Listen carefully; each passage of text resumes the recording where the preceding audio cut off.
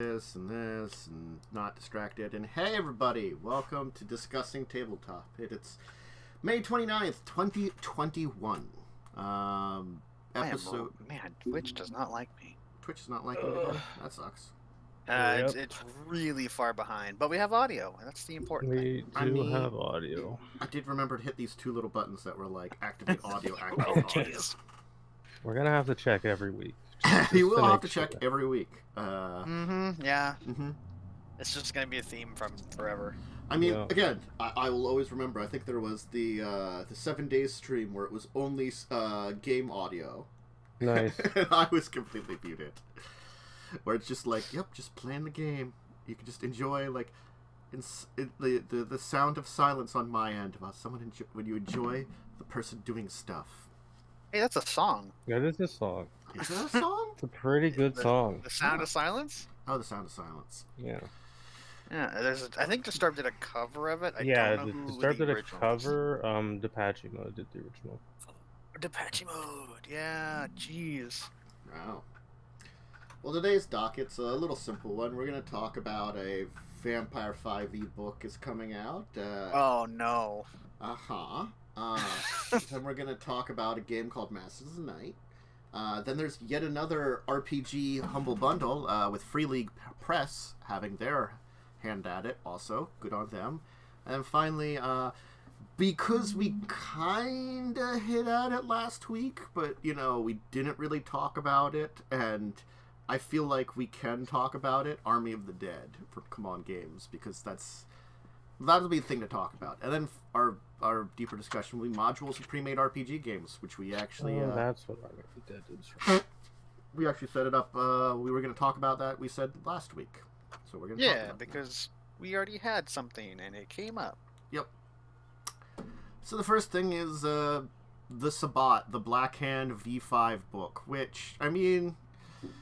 This is an interesting one to put out. Like, the problem with Sabbat and the book in it is I feel like they have a distinct problem when it comes to V5. I'm going to say that. The Sabbat don't try to be human. No. So, in a system that punishes you for not being human, how the heck is this going to work? Do they just throw away half the rules? They have, like, the Path of Enlightenment. I mean, I guess it's like...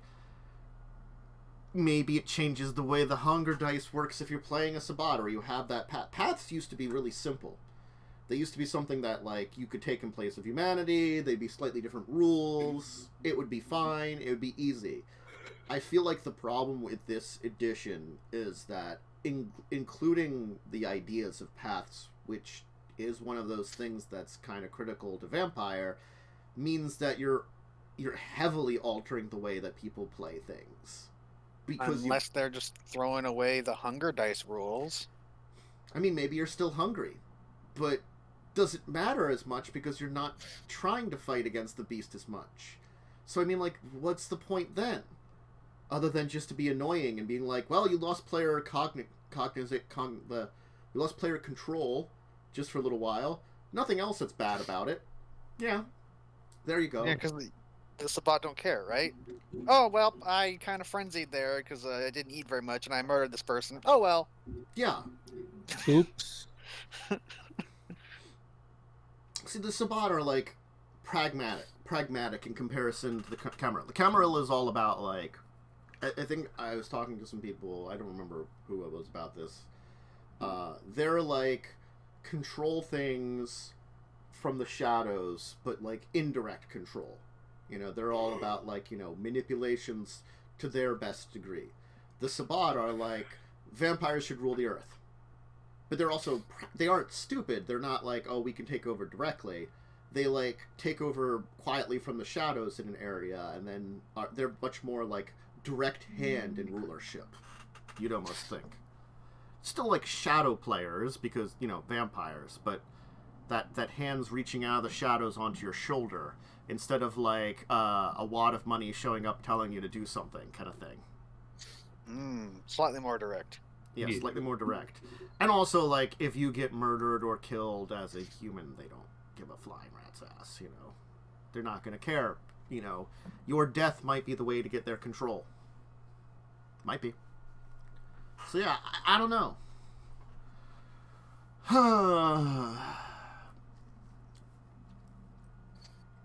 Things and stuff. Yeah. Yeah. Things and stuff.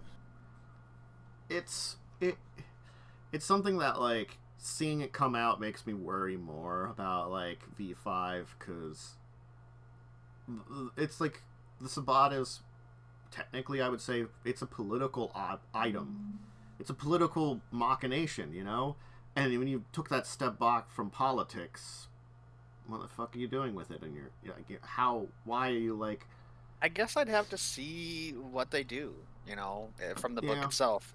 Because it's like, if they're keeping the hunger dice, they don't have as much meaning, and if they're throwing them away, then they have to replace them with something else, maybe? Mm-hmm. I don't know.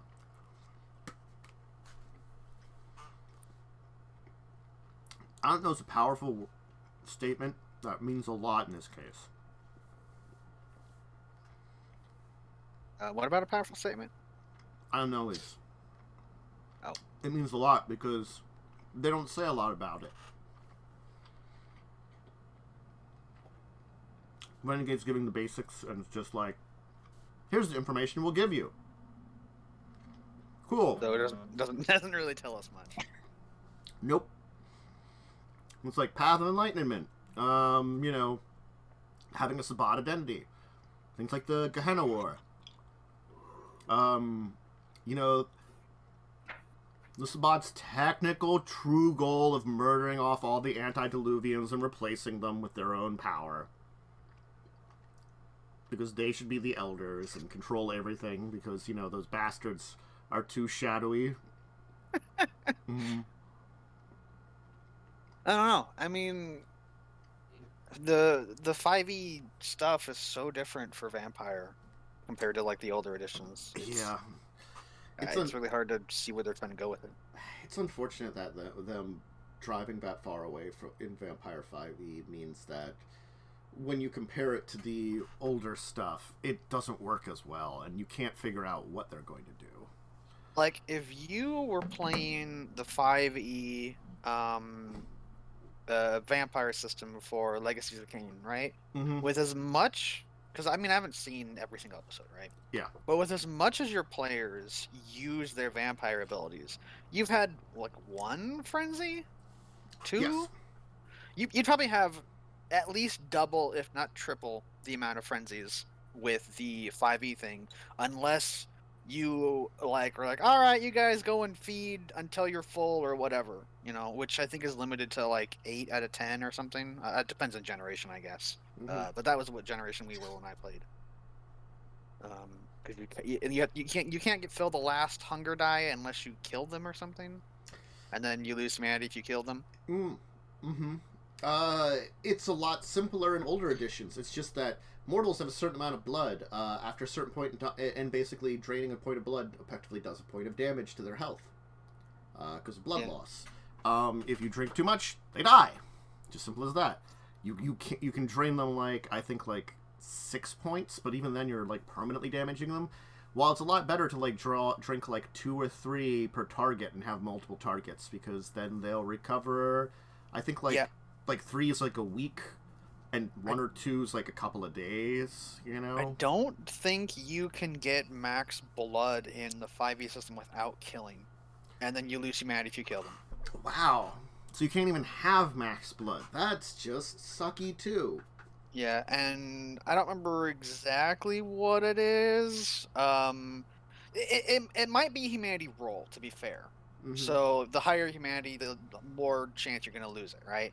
Yeah. And the lower your humanity, the less chance you're going to lose it.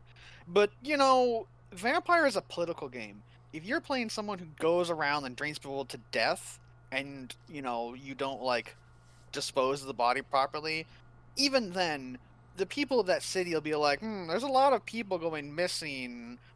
Maybe you guys should stop murdering all the humans, because that draws attention to us. Now, you've been doing a good job of hiding them, but we know. It's just waiting for a conflict to happen with people that are way stronger than you as like fledglings. Yeah, and like on the Sabbat side, because bringing back that around, it would be like maybe you're not draining people dry. Of course you're not. They're probably not doing that, but they're stabbing a bitch afterwards. You know, they're like, well, thank you for your blood. Stab, stab, stab. You're dead, dead, dead now. Thank you, because then they're just dead by stabbing. Yeah. Oh, how'd they lose all this blood? I don't know. Probably the massive stab wounds in their chest. Who knows? Mm-hmm. Body was probably moved. It seems like. We'll be able to find that original crime scene? I don't know. It's almost as if it was cleaned up. And I'm like, sure, yeah, maybe cleaned up a little bit. just yeah. It wasn't like a huge spill of blood. It was this tiny bit of blood, and I threw some stuff on top of it. You know, it's ways of doing things, you know, and I don't know. To me, that's just too much busy work for the players, honestly. I would not have fun where a game is all about, like, you need to feed, now you need to cover up your work, and it's just like, why? I mean, unless that's the whole game. Like we've said, if that's the point of your game, the 5e rules probably will work for you. If you don't care about that stuff, it might be hard to play the 5e one because they're built into the rules. Like, you roll them in like oh, I want to do like potency and blood buff or whatever. Cool, well, roll a dice pool. By the way, how hungry are you? That's how many hunger dice you add. Oh, what happens if one of the hunger dice rolls bad? Oh, well, you know, not good things. So Not it's part of the rules when you build your dice pool to roll. You kind of, unless you throw all of that away, it's kind of defeating the purpose of the rule system. I mean, playing a different type of character, if they might just take playing a Sabbat as completely different than playing a Camarilla or maybe like an Anarch, because the Anarchs probably have to. Anarchs are kind of like the Camarilla. They're like a Camarilla without some of the stuck-upness. You know, that's what I always kind of describe them as. They still have that same idea of, like, we really shouldn't do much to, like, you know, let ourselves be known, you know. We're not as, like, anal about a lot of that shit, but still. I don't know. I'm just... If you have to have, like, just a different group be that different ruled, it's not good. And that's what I'm, like, worried about, like, this. It's like the same way that I've kind of wanted to, like, check out a play of Vampire 5e just to see what people do. Yeah. Because I'm curious. I don't know if I'd want to play it again, honestly. Like, my first experience was pretty bad. I don't want to play it at all. Like, I've read through some of the rules and, like, looked at it, and I'm like, I don't want to play it. I just don't. Like, watching what someone does with, like, the hunger dice and all that stuff, that I'm curious about. What, like, another storyteller would do. That's kind of what's in my mind a little bit. I might know of someone who played the 5e one. If you want, I can try and find it after the stream. Otherwise, you're on your own, because I don't really know. I do know of a few people. It's just I haven't, like, sat down with anything to, like, check it. So, I don't know. It's different, and we don't know much about it, but, and you know. It doesn't bode well. I think that's the thing. It's because, I mean, you're coming at it with more experience from older editions, and you're like, this is how they act in lore. And then lore doesn't necessarily translate to rules. Yeah. It's sort of like when the initial lore was drawn up. It was drawn up in such a way that it fit with the rules they had. And the problem is that now that they've changed the rules vastly, the lore they had doesn't work the same anymore. They basically changed things on their own. You know, they changed it on themselves. And it's like, yeah, there's problems now, and you created them. Why? I don't know. Let's talk about board game, Masters of the Night. It is a either solo or cooperative 1 to 5 player game.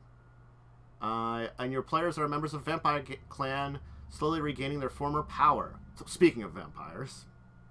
You got a link for this one? Yes, let me put this into chat. This one I can just throw out here. I probably should have put the Renegade Game Studios one because they've got their new website, and it's like you have to go to their new website to like link anything. There you go. Win or lose together. Hmm. I mean, I'm all down for cooperative things. I can say that definitely. I personally am more in favor of cooperative than against whatever the other thing is. Competitive. Yeah, that's the one. I hate being competitive because I turn into a really nasty person, and I don't like being that. Fair. I nowadays definitely have started to prefer cooperative board games. Yeah. Although I do like the ones that are like mostly cooperative, but you're still kind of working against each other. I like the social deductions because Like yeah, those kind of ones. A good example of like a you're technically working together, but you're also against each other. Terraforming Mars, which I've played a bit recently. Yeah, there's a real digital good one. version. Yeah, it's real good. Yeah, that's a pretty cool game. But yeah, more vampire stuff. More Vampires are cool. I Vampires don't know. are cool. Are they as cool as werewolves though? Who knows? I mean, they're not werewolves aren't in my game, so Not yet. They aren't. yeah. But will they? Oh, maybe. Yeah, probably. Who knows? You have to have a Durston. Yeah, No one will get that reference. I need to but have me. a Thurston. I need to have a Steve. Oh, God damn it, Steve! Why? Fucking Steve. He will be the vampire or the werewolf leader. You're like, I don't know, man. I don't know, Just man. making a new clan and stuff. Look, I just got bitten here, man. I don't know what's going on. I got a hungering for human flesh, man. You're delicious. You're eating a leg right now. No, I'm not. It's a deer leg. Don't mind that. The big chicken. Big magical chicken, dude.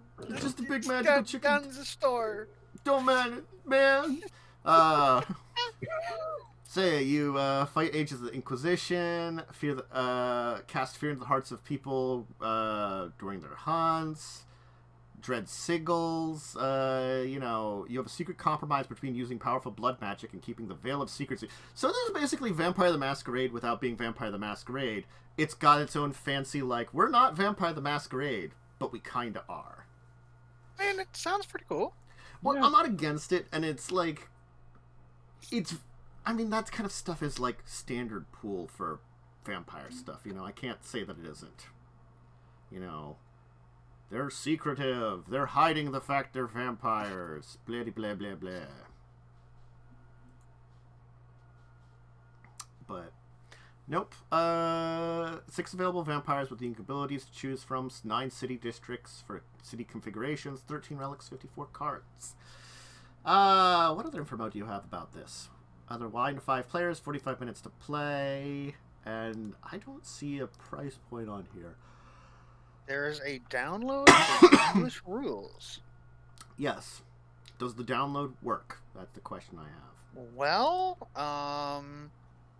probably not, because it's telling me to go read it on a different website. Ah! So, Rip. I don't really want to click that. I clicked it. Oh, okay, I see where it goes to. It goes to, like, Yeah. another thing on Ares game. So it's still the same company. They just had a Oh, different is it? spot. Okay, because Yeah. it's saying it's something else, and I'm like, I That don't seems know if I wanna weird for click that. Yeah. Huh. Oh, well, now it's downloading it. That's not really what I wanted, but alright, I have the is- PDF now. $40 on Amazon. Uh, That's how much it costs. oh, it's, you get tokens, apparently, and there's character sheets. So maybe you have certain powers and stuff you unlock. Yeah. Probably each the- character has their own powers or something, and it's like, It looks like there's also like, if you do too much stuff, like, the cops will start, like, looking for you. So there's, like, like a cop level, like GTA 5, star rating. I don't know how else to describe it. Oh, that's perfectly fine. There's the kid with his who's definitely got mind powers because he got his fingers to his forehead. He's like, I am the child vampire with mind powers. Woo woo woo woo. It's just a Stephen King character. There's Child different with mind phases. powers. Oh This man, is night phase, day phase. Yeah, I mean, could be. I do like some of these character appearances, like the big guy with the shirt that's barely fitting and the rose and the hat, who's looks like he's out of some. It's stylized as to be very, I guess. What age would this be? Oh, it's definitely teen to adult if it's talking about murdering. Oh no! I mean Like- time period. Time period is what I. It looks kind of like the 40s and 50s. Yeah. Based on the art. Yeah, I was thinking that was probably what it was, but I'm like, brain not working. Yeah. Man. Mm-hmm. Okay. But it looks neat. Yeah, it does look. I'd give it a try, probably. Mm-hmm. Yeah. Because you're trying to take over city districts and not have the cops get on you or something. Man, you see, the cops are after us. Man. You gotta hunt Yeah. them. See, Yeah. gotta make sure you got the coppers out of here. Blah blah blah blah blah blah. Yeah. But no, I think it's pretty cool looking. Mm-hmm. And it's got a lot of rule pages. Only 19. But not so bad.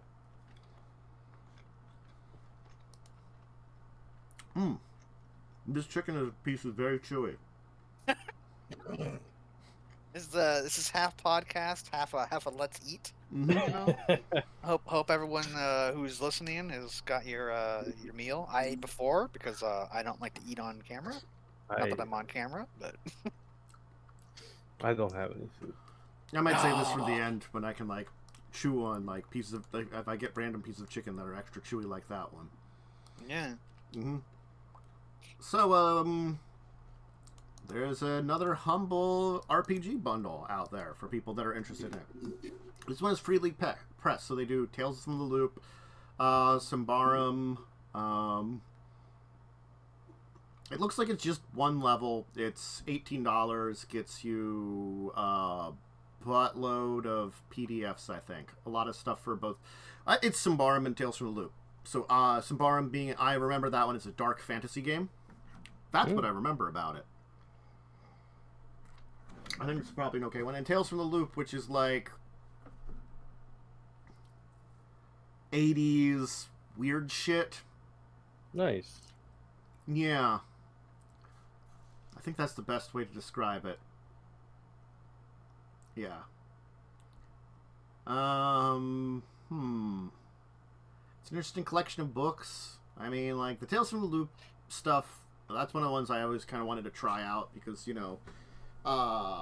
growing up in the 80s and having a lot of 80s movies, I've seen a lot of those weird 80s movies, so, if you want to do, a Back to the Future or, other weird shit that goes on, Flight of the Navigator, you probably could do something like that in Tales from the Loop. That was a reference. Does anybody remember Flight of the Navigator? Anybody? It sounds familiar, but I don't remember. I have not look it up. Seen it in decades. In so many decades. I'm gonna Google it now. I've seen the poster for it before. Mm-hmm. Probably at a movie store. Where they have Maybe I've not seen this. Flight of the Navigator? Yeah, finds a ship. Yeah. And the ship has an AI voiced by Pee Wee Herman. Of course. Yeah. No, I think I have seen this, but only maybe once. Mm-hmm. Because I keep thinking of. That's right. He loses the decade. He loses a decade. Thanks, Josh. I forgot that he disappears for 10 years because the ship has time abilities or something for traveling through space and stuff and. Oh, space and time? Is it all wibbly wobbly? Probably. It had a budget of $9 million. It doubled that in the box office. 86. Man, I was 3 when that came out. I think I was alive in 86, depending on what separate part of the year you're talking about. August 1st, No, I was not around technically. Mm-hmm. I mean, technically I was around, but realistically I wasn't. You know how that works. Yeah. Mm. Yeah, the 80s. I grew up with them, even though I wasn't very old in them. I mean, like, Because- fucking, I was 3 in the 80s at that point in time when this came out. So, like, I I mean, don't remember the weirdness of the 80s. the weirdness of the 80s has affected, like, everyone, Yeah, Yes. pretty much. but again, that's the kind of style that Tales from the Loop does. It's the weirdness of the 80s and a lot of those weird, like, 80s sci-fi-ish movies and things like that. Like Predator. Yeah. And they're doing You it son of a bitch. doing an RPG form. And I don't know, like, Symbaroum, I've looked over stuff from it. It looks, like, neat. That's one that's, like, there aren't a lot of dark fantasy games, but it's not the only dark fantasy game, so, I don't know if, like, I can say that stands out. It's one of those unfortunate things that, like, I don't know. I mean, for really 18 have to bucks, read them you could get them because I don't know. yeah, for a whole 18 bucks for all of them. yeah. Yeah, apparently a $237 value, which you can get for 18, Mm-hmm. or you know you can pay full price and give more money to charity and the Yeah. publishers and everything. You could. It is charity based because it's a humble, humble thing. Yeah. Mm-hmm. Oh, Blockbuster, early '90s. Yeah, that's it. Oh, Look, my copy of Flight of the Navigator was bootlegged off of TV. So that's what I can say about it. You know, that's why I don't know where it's at right now because we have a lot of old VHS tapes that have disappeared somewhere in the household. For ages again. No one is doing that. Not anymore. I mean, TiVo or whatever is a thing. Yeah, or the DVR, which Yeah, remembers it. DVR. That's what I was. I'm sorry. I was reading about things, and they brought up TiVo in that, Oh, so that's where my yeah, brain defaulted to. TiVo was the first one. I think that was the Yeah. pre DVR. It was. Yep. And And then they like realized that, hey, we can do that too without making you forced to buy this thing. yeah, and they're like, you don't have to buy that now. You can just stick with us. Yeah. Join us. Join us. I was reading about things from the 90s and 80s with the writers and striking and oh, I'm blah. Moving on. I don't want to be alive anymore. No, it's fine. It's fine. Army of the Dead, a Zombicide game. This is Not a even thing. that boomery. It's not even that boomerang. Like, is this movie I just- good that it? I don't. I mean, Like- I liked the Army of Dead movie. It was great. Okay. I've not Super seen. I've not campy. seen it yet. Okay, so it's Um, stupid campy. I'll give It's you. amazing campy. Okay. How Alright. much Zack Snyder is it? And I don't know. It's Hang on, hard. let me see if I can GIF you guys. How much unnecessary slow motion? How much unnecessary Zack Oh Snyder? no, I've typed in the wrong word and my GIF thing is giving very, very much. Oh. Mm. I misplaced an M with a B, and I can't spell. Okay. No, it's okay. It's fine. You've Well, I'm not finding it, so it's too old of a reference for modern day memers. Well, that was an adventure that I won't explain what I typed in. Like, again, I'm just of the opinion you don't need a board game for everything. Please stop. It gets to be a bit much at times. And I understand, like, this Zombicide is, like, their big zombie game. So it's like, okay, neat. They're going for, like, something else for that or something. Yeah. I guess. I don't know.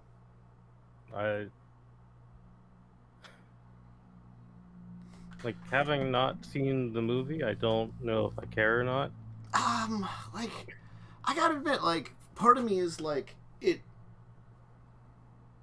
Give an elevator pitch and go. No.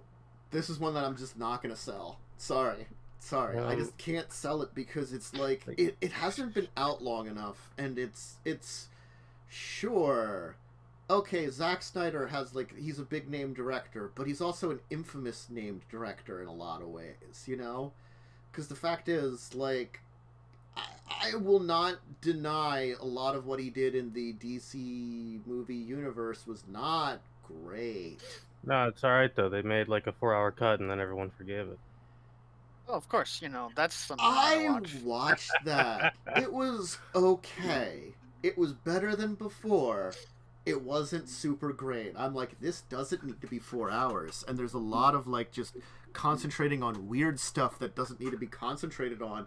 Or it feels like it pads runtime, but it probably isn't because it's, like, slow-mo shots or something. Yeah, Zack Snyder loves his pointless slow motion. Yeah. So I'm like, slow motion. This just takes up time. Padding. The next D&D game is going to have everything in slow motion. Oh no. You start swinging your sword. You miss natural one. And we need, like, rain coming down or something like that, you know, like... Everything is a dark and stormy night. Yeah, everything is a dark and stormy night. You're getting, like... You walk out onto the street. It's cold and raining. It's a I can't describe things very well day. I don't know. I haven't had enough coffee, okay? Fair. Man, I can't even do dramatic dark and stormy nights in my game because there's no sun. It's always nighttime. Yeah, it's always dark and stormy. Well, you can start doing the D20 every day to find out how stormy it is. That's based off of whatever that adventure is. The battle has to have rain coming down in order yeah. to accent the slow motion with the raindrops falling in slow motion at the same time. Yeah, like Matrix did in the 90s. Yeah. Because everybody does that now. Oh, God. Mm-hmm. Matrix did it for... Oh, no, sorry. Simpsons did it.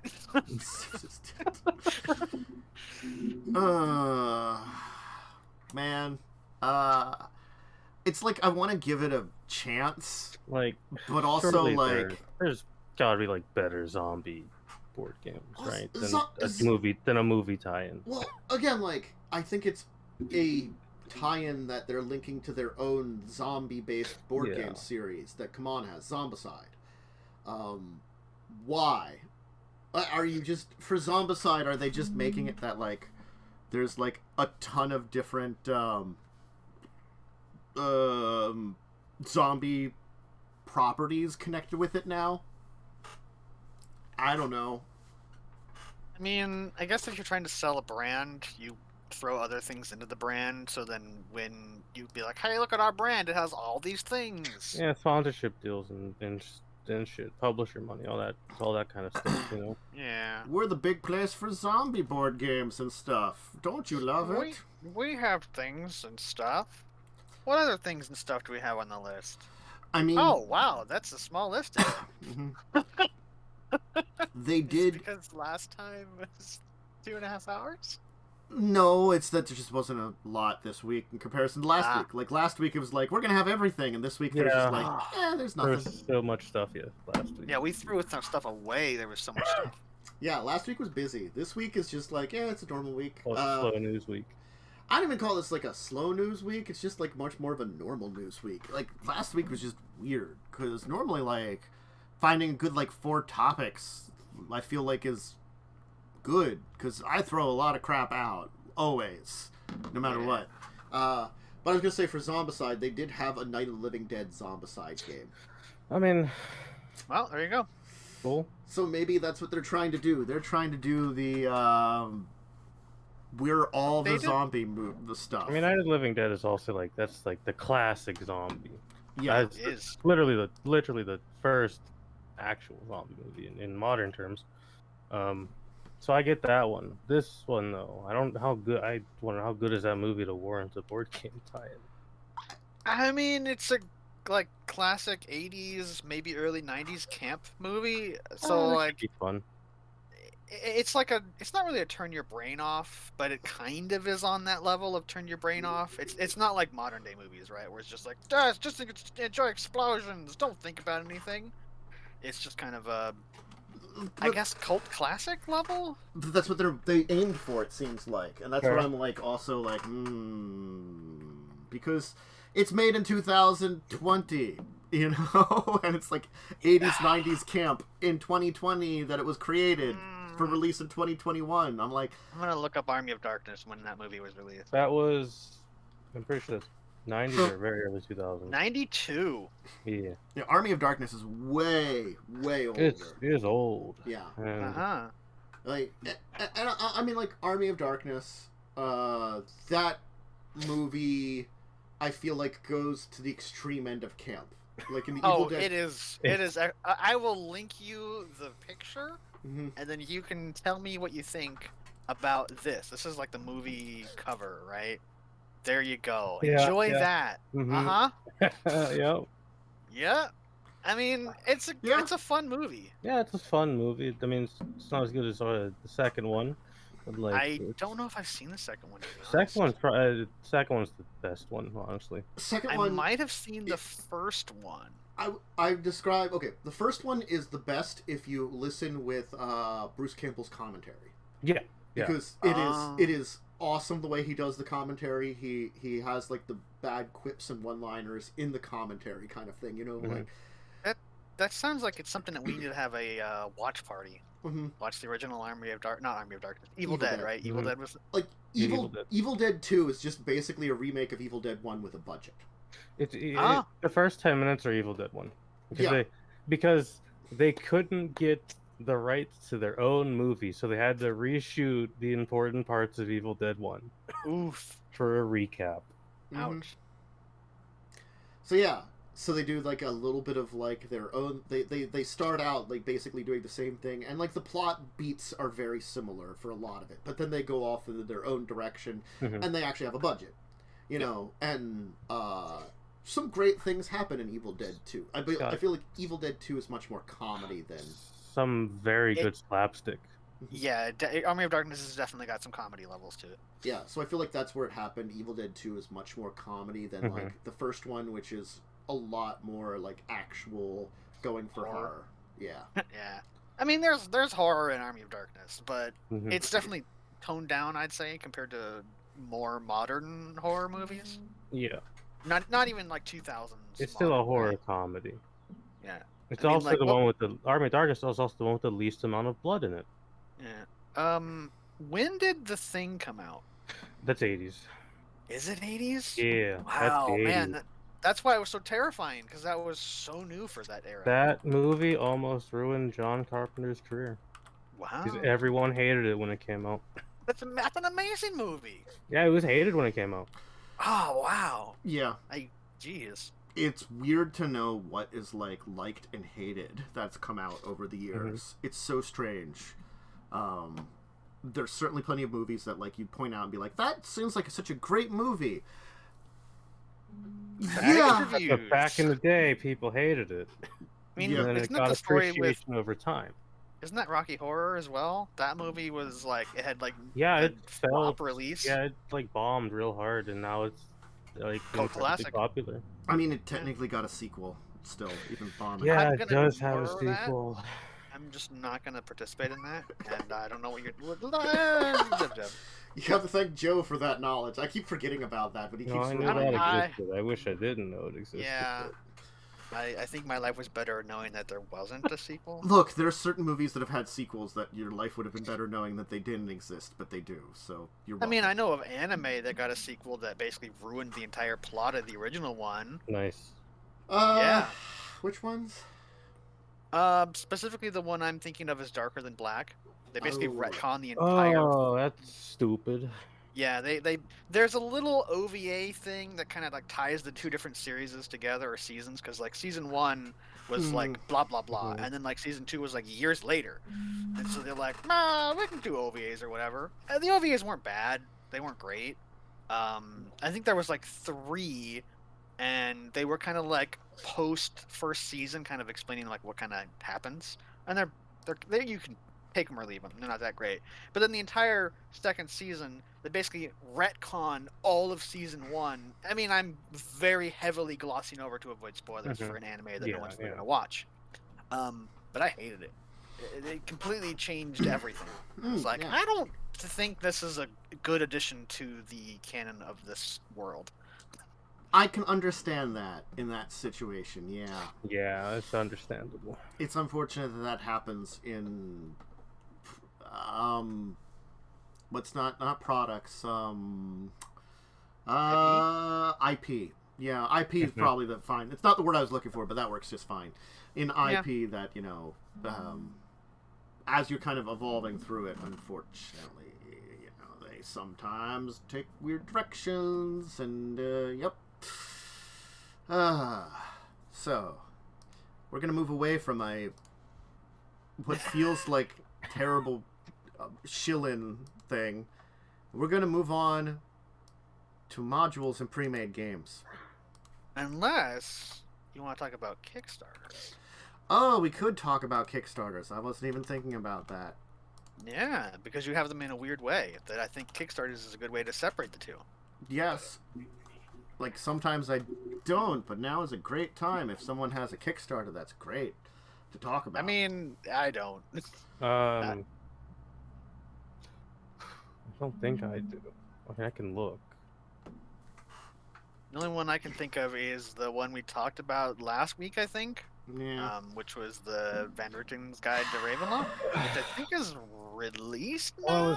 Well, it is released. As soon as I opened up Kickstarter, there's a Witcher board game. A Witcher board game. It's a Witcher board game, and it is super funded. Oh, well, there you go. There you go. Witcher series is like crazy popular, so It's video game Witcher as well. I think that makes it less valuable to me, honestly. Like It is? Geralt or whatever. Yeah, His story has been told to death now. Uh-huh. The game, it's like the video game logo, so I'm assuming it's video game Witcher. Unless they're making. Why would you? No, I'm just gonna be angry boomer man now. Why make a video game into a board game? Especially one that's a story driven, Well, right? none of these people are Geralt, so maybe you just play a Witcher hunting monsters. Then that's better. I take everything back, because that would make it so much better. Because you can play the video games if you want Geralt's story or Geralt's story, whatever his name is. It's a weird name. So you can just play those. Like, I can understand board games for like a setting, like a world, like the Monster Hunter one, right? I think that one works because it's a world, and you don't really have like a named character with the story and like NPCs and stuff. It's like, you just hunt monsters, you know, that's fine. But like, it's weird. I think story-based board games are weird if they're already based on like a video game. But that's just my really hot take. People can feel free to disagree with me. No, I mean, that sounds fine. Oh man. You just play a Witcher set before the story of Geralt of Rivia, however the fuck you're supposed to say his name. It's a name. I only read the book. I don't really know how to pronounce his name. No one does. It's fine. He's unimportant enough to know. Yeah, he's not an important character or anything. He's not like a beloved media icon currently. I have no belovedness of him, so that's fine. I mean, the books are pretty good. I thought the books were like really wordy. I like them. I mean, like, I gotta be honest, like, it's just a bunch of short stories. I kept thinking about playing Witcher 3 because I got it, I think, as part of like a Humble bundle at some point in time, so I have it. It's just, I don't like The Witcher 3. Well, not a fan of it, personally. I didn't really like it either, but that's because it felt like I was jumping into like the middle of a story. Yeah, it was that, and then I didn't like the controls. Yeah, I don't remember the controls enough to really say anything, but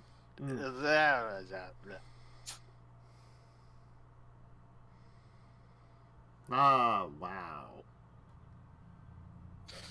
somewhere off in the distance, there's an upset Umber screaming. That's fine.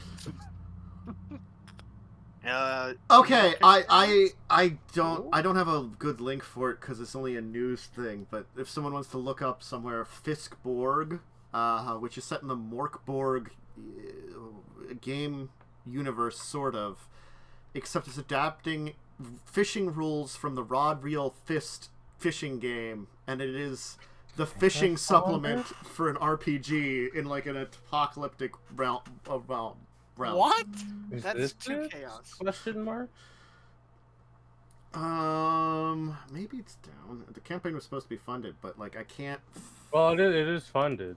Yeah, Fisk Borg. What I found. That's so weird. That's just too weird for me. Yeah, Fisk Borg. A Kickstarter about post-apocalyptic fishing. Yeah, that's a thing. All right. There you go. That's something just to have in your brain. Yeah. Here you go, everybody. There you go. Fucking. There's the Kickstarter for today. That's the real one. Okay. Post-apocalyptic fishing. I'm afraid to look at this because it just sounds like chaos. I think it is. It's a bit chaos. The art is also chaos. Yeah. Funded in 25 minutes. Holy crap. I guess their goal wasn't very high. Their goal was very low. Yeah. I'll let somebody else describe weirdest this if they want.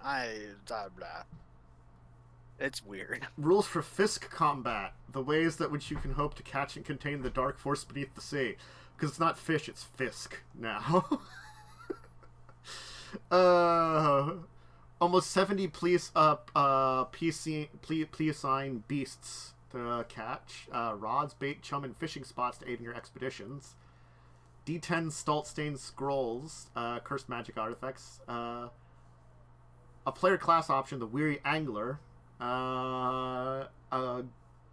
Yeah. This is a thing. This is a thing that exists. Mm-hmm. Woo! For $9, you get a PDF of it too. For $9 whole dollars, you can get a PDF on these mechanics of brutal fishing in an accursed world, as they say. I don't have enough brain power for this. I mean, like, as soon as I saw that it was, like, the rules are based upon the rules for the Rod, Reel, and Fist RPG, I'm like, that sounds like an RPG I've talked about at some point in time. The fishing game where you punch fish. That might be something I've discussed. I don't know. That's just the Tuesday game. It's a... Uh-huh. Where you just punch a shape changer into goo. Just punch the fish into submission. Bench pressing fish. That would then be a bonus level in Street Fighter, where instead of punching a car, you punch a giant fish. Yeah.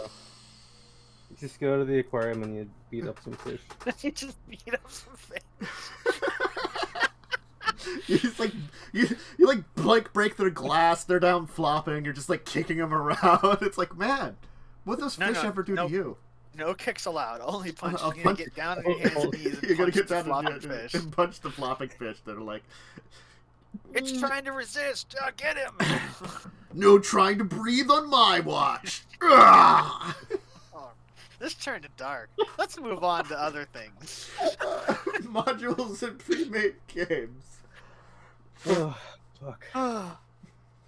Well, let's talk about that. I think we brought up as a topic last week because because we were talking about something. Pathfinder and D&D and the Ravenloft difference. We were talking about Ravenloft, I guess. Oh, Ravenloft. We went on a cursive straw tangent. We did. We really did.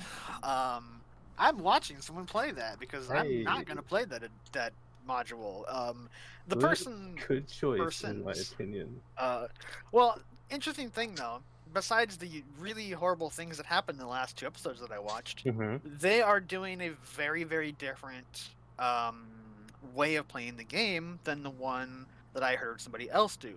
Yes. And I think that was part of it why you can, like, here's this module, but there's so much in it, you can really kind of build your own adventure inside of it. Yep. The story will still pretty much be the same, but you have enough pieces to to shuffle around and move and tell a different adventure, or rather tell the same adventure in a different way, which is kind of where we got to the pre-made modules and like how you could take a pre-made module and kind of make it your own by just kind of changing some things. Like, where we kind of got. For Curse of Strahd, I think the most extreme version that I've ever heard about, which I don't know if they ever finished it or ever will finish it, is I knew that someone was running Curse of Strahd off stream, where they were doing it Western Curse of Strahd. So Was that? I think I've heard about that one. You might have been discussed before. I think Eric was in it. Western Curse of Strahd. Yeah. Cowboys, like the Friday games. Mm-hmm. Cowboys. Where Strahd is like a land baron.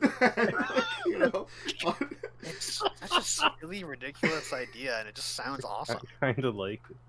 Yeah, it's like you hear something like that, and you're like, that's taking like customization to an extreme. Which is something I joked because I posted like a one shot of what if it was like the same people you're watching doing Curse of Strahd. They did their Barovia in the 80s one shot, and then I made a joke, what if I just run Curse of Strahd, but it's the 1980s? Yeah. You could do that kind of stuff with modules, kind of. Yeah. Mobster Strahd. He's a mafia boss. Yeah. I want him. You come to, into my town and you mess around with my woman. We're gonna fit you with some cement shoes. I'm going to fit you in some cement shoes after your blood has been drained from your body. For it's quite delicious. Well, see, now I just want to see a Mobster's Curse of Strahd game. Man. I mean, that's doable. You've got a lot of the basic maps, so you just have to, like, adapt things to, like, a modern-day setting in quotations. So it's not an impossible thing to do. I think most modules can be adapted. I think it comes down to the question, if I'm running a module or like just anything pre-made, how much of that pre-made game am I using? How much am I changing? And I think it comes down to, one of the things is like something like Curse of Strahd, which is a much longer adventure. I feel like that pertains easier to a lot more changes. If something is built to be like a 1, 2, 3 session adventure, changes are less important. I think that's one of those things is like, yes, I could make some changes in that adventure, but why? Yeah. I guess it depends on what kind of story you like. Like, you may have had, like, I ran X adventure, and I had a great time. Maybe it wasn't a year-long mega adventure, but, maybe it was, like, a couple months. And you're like, I want to run it again, but how would I make it different? And then you can use all the same things, but just kind of change it, right? Yeah, no, you could just base it off the same story that you had and just change things around. It's sort of like, I've got to be honest, something like Carrying Crown, which is a pre-made adventure, which I've been using. I don't do a lot to alter it on its own, I do have to say. Like, I've run through it 3 times, but they are 3 completely different groups. And I think that's another thing about it, is because the groups are completely different, they don't have the same kind of connections to each other about, like, I could easily just run the same thing again. Now, granted, running through it 3 times has discovered a lot of issues with the pre-made adventures, and that is something that issues in Carrying Crown. What? No, it's a flawless adventure with nothing wrong. Nothing perfectly balanced. Nothing to see here. I mean, I feel like it's the problem with Carrying Crown is it's 6 different adventures, and each one it feels differently balanced. I think the problem with Carrying Crown is the second and third adventure are pointless and have nothing to do with the story. They kind of don't, like... It's padding, because you can't... The people you are going up against and the creatures that they will use, unless you use the same 5 creatures over and over again, you really will just kind of burn out on, like, diversity. I'm going to break down for listeners, because you've probably heard us complain about Carrying Crown a bit. The first adventure, Harrowstone, completely fine. It's actually, I think, a really good adventure. There's a couple things that you can It's got some issues. Oh, I used it for my game to open it up. I tweaked things. I think I tweaked things a little too much, and if I use it again, I'll clear up and fix more things. But Harrowstone, pretty good. Solid. It feels mostly good to play. Story is fine. It's got a pretty good dungeon in it. I'll give it that. Harrowstone's actually a really good dungeon. Trial of the Beast has pacing issues. Is a little too time crunched. And then it has Slosh Karamak, which is awful. I don't want to necessarily say it's a bad idea for a dungeon. It's a cool idea, but the execution is the dungeon is, I think, too small. Yeah. I feel like there's just some real bullshit things in it. Like the encounters are bad. The encounters are not great. The bridge trap, I think that's a bit much, personally. Yeah, no, that one's a pretty terrible one. The Airness bridge trap. Yeah. I can see that being pointed out. It's like this is bad. It really is, and that partly is due to the Pathfinder for one, but like the size of the map. If the map was bigger, that trap probably wouldn't really be as bad. It's also kind of unavoidable to an extent. Yeah. Out of all the... Unless you have a certain type of person with you and they detect it and then the person gets rid of it. Yeah, unless you have like a build for getting rid of magical traps. Yeah. I mean, like... It's really hard. Granted, like, it's not impossible to have a couple different builds, but... Yeah. I think in the case of your encounter, it's because, Manacle pushed forward very rapidly. Manacle pushed forward and then got punished. But real if you think hard. about it, the way to get rid of it is dispel magic. Now, we had people who could dispel magic, but because of how high of level that spell was, we had to roll like a 15 or above, and you only have a limited amount of spell slots. You could burn every single one of your spell slots that are a high enough level anyway, and fail to get rid of the trap. And then either you stop for the entire day, or you trigger the trap now with less resources because you burned all your spell slots of level 3 or higher, or whatever. It's the unfortunate thing that I feel like this is a writing in parts of Pathfinder is that they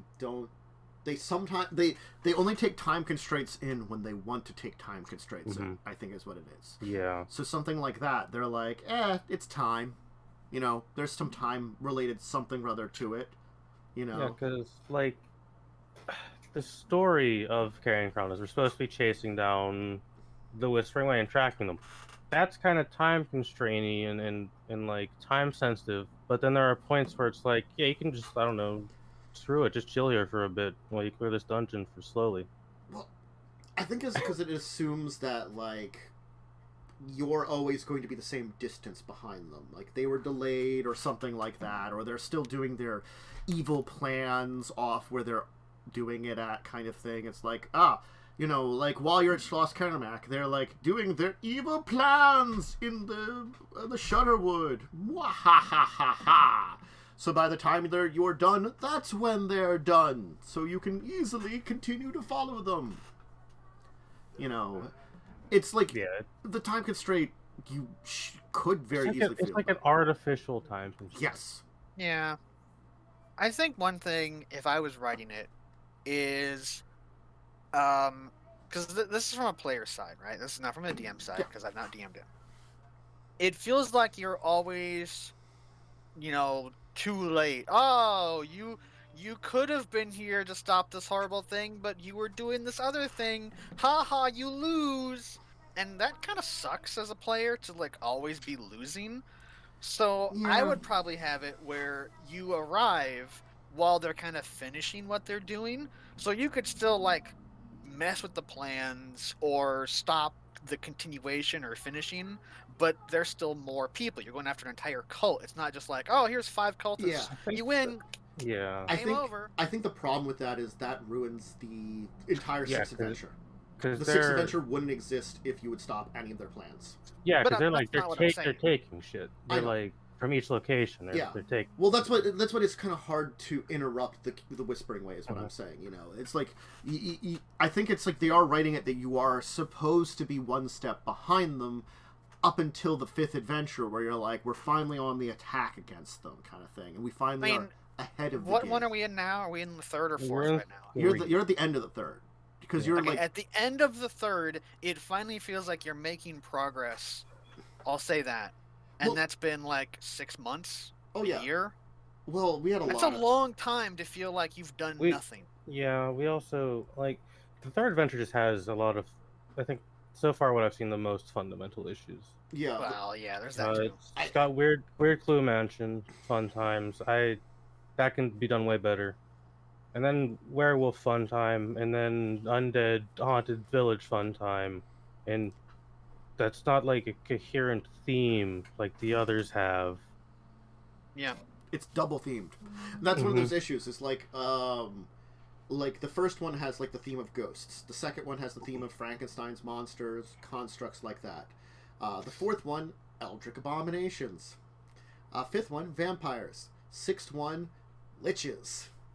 You know, granted, like sometimes these themes come up in different ways. Like the entire idea is, the final one is they're gonna try to wake up the Whispering Tyrant, the head lich of their cult. You gotta stop them. So of course, yes, their theme is liches in that one. Yeah. And the 4th one, I feel like it's a little bit of a distraction too, but it's a fun distraction. I always liked the 4th one. You know, for a lot of the way it was written. But I do feel like, story-wise, it's not as important either. Well, like, I mean, I'm already sold on the 4th one by the fact that it's Eldritch bullshit, so... Yeah. And, like, the 3rd one is werewolves and zombies. Yeah. They're like, it's the 2 of them together, and I'm like, well, why 2? Why not just 1 or the other? Werewolf zombies. Yeah, you could do undead werewolves. This can exist, probably. Yeah, they could. Yeah, it's just 2 templates. They could exist in some kind of form. Like, but still, like,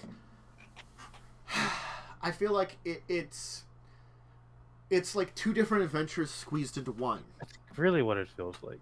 Yeah, and they're 2 very different tones. Yeah, because I mean, the werewolf one is cool, I guess.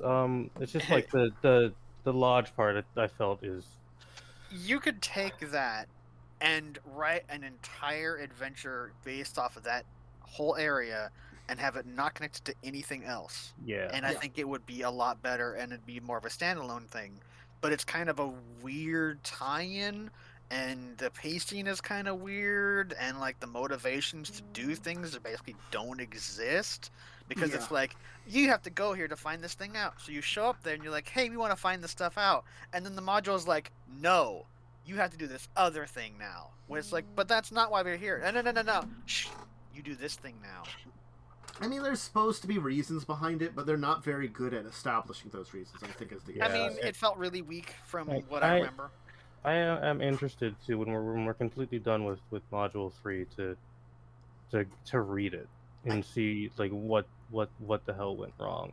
I think it's maybe I needed to digress more from the way they set things up and I also feel like you could have had werewolves here, but like take a step back from them.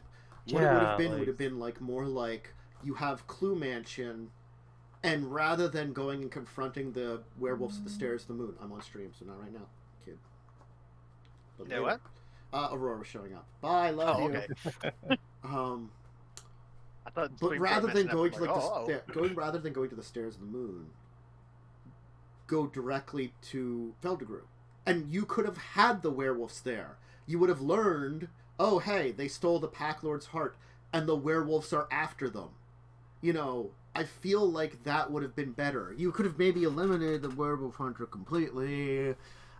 His entire plot line is not really that great. Kind of tacked on. that's the. It doesn't help that he's just like not a likable character either. Well, I mean, like, I probably could have played him a lot more likable, but when you read his description, I played him up to his description. Yeah, very that's what I figured. well. Oh, speaking of NPCs, I'd like to go on a small little tangent here without calling people out. So there was a conversation that happened that I was kind of reading, and I fundamentally disagree with most every single thing that the conversation was talking about. But on the mention of NPCs, something that I'm curious is, if you are doing NPCs, either NPC, DM, or PC NPC interaction levels, in my brain thoughts, NPCs, while that is their role in like a mechanical sense, you are playing in a world, so they should feel like people in that world. If the players don't consider them to be people in that world, that sounds like not good. That sounds like you have either a problem with the players or the problem with the PCs, you know, or possibly the DM is doing something wrong, and that's just a little thing that came up this morning. I'm gonna go out on a limb here and just start out with one basic statement. If your players are not feeling like NPCs are people, that's on their side. Yeah. You as a DM will do your best to make these people people. It is up to your PCs to take the extra steps back to you. You know, because they're playing in the world. Like, you can only give them so much. Like, I'll use some of my NPCs, for example. They're... First off, my game is supposed to be kind of like, you know, a little bit of a darker tone, but the party is so fucking chaotic that it's turned into a silly mess half the time. I kind of like that.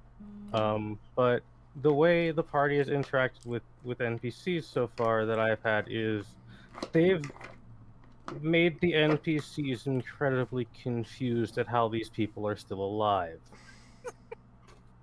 Hey, my character takes things seriously. It's because you keep letting a bugbear and a weird sorcerer do all the talking. I mean, I'm not a talking character, and I'm not a very good talking person. Fair.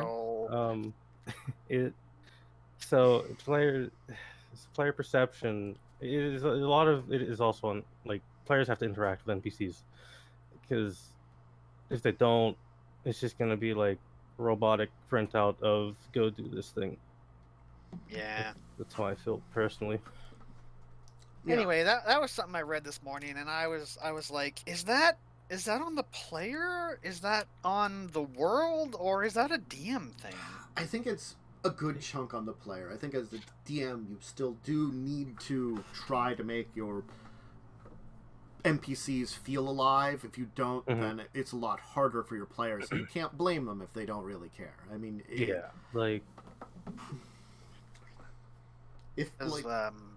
what's his face? Durston? Yeah, like Durston. Like if I was like, hello there, I am a werewolf hunter. Welcome. Let us go. I have come here to find werewolves. I've heard tales and learned about them in this area.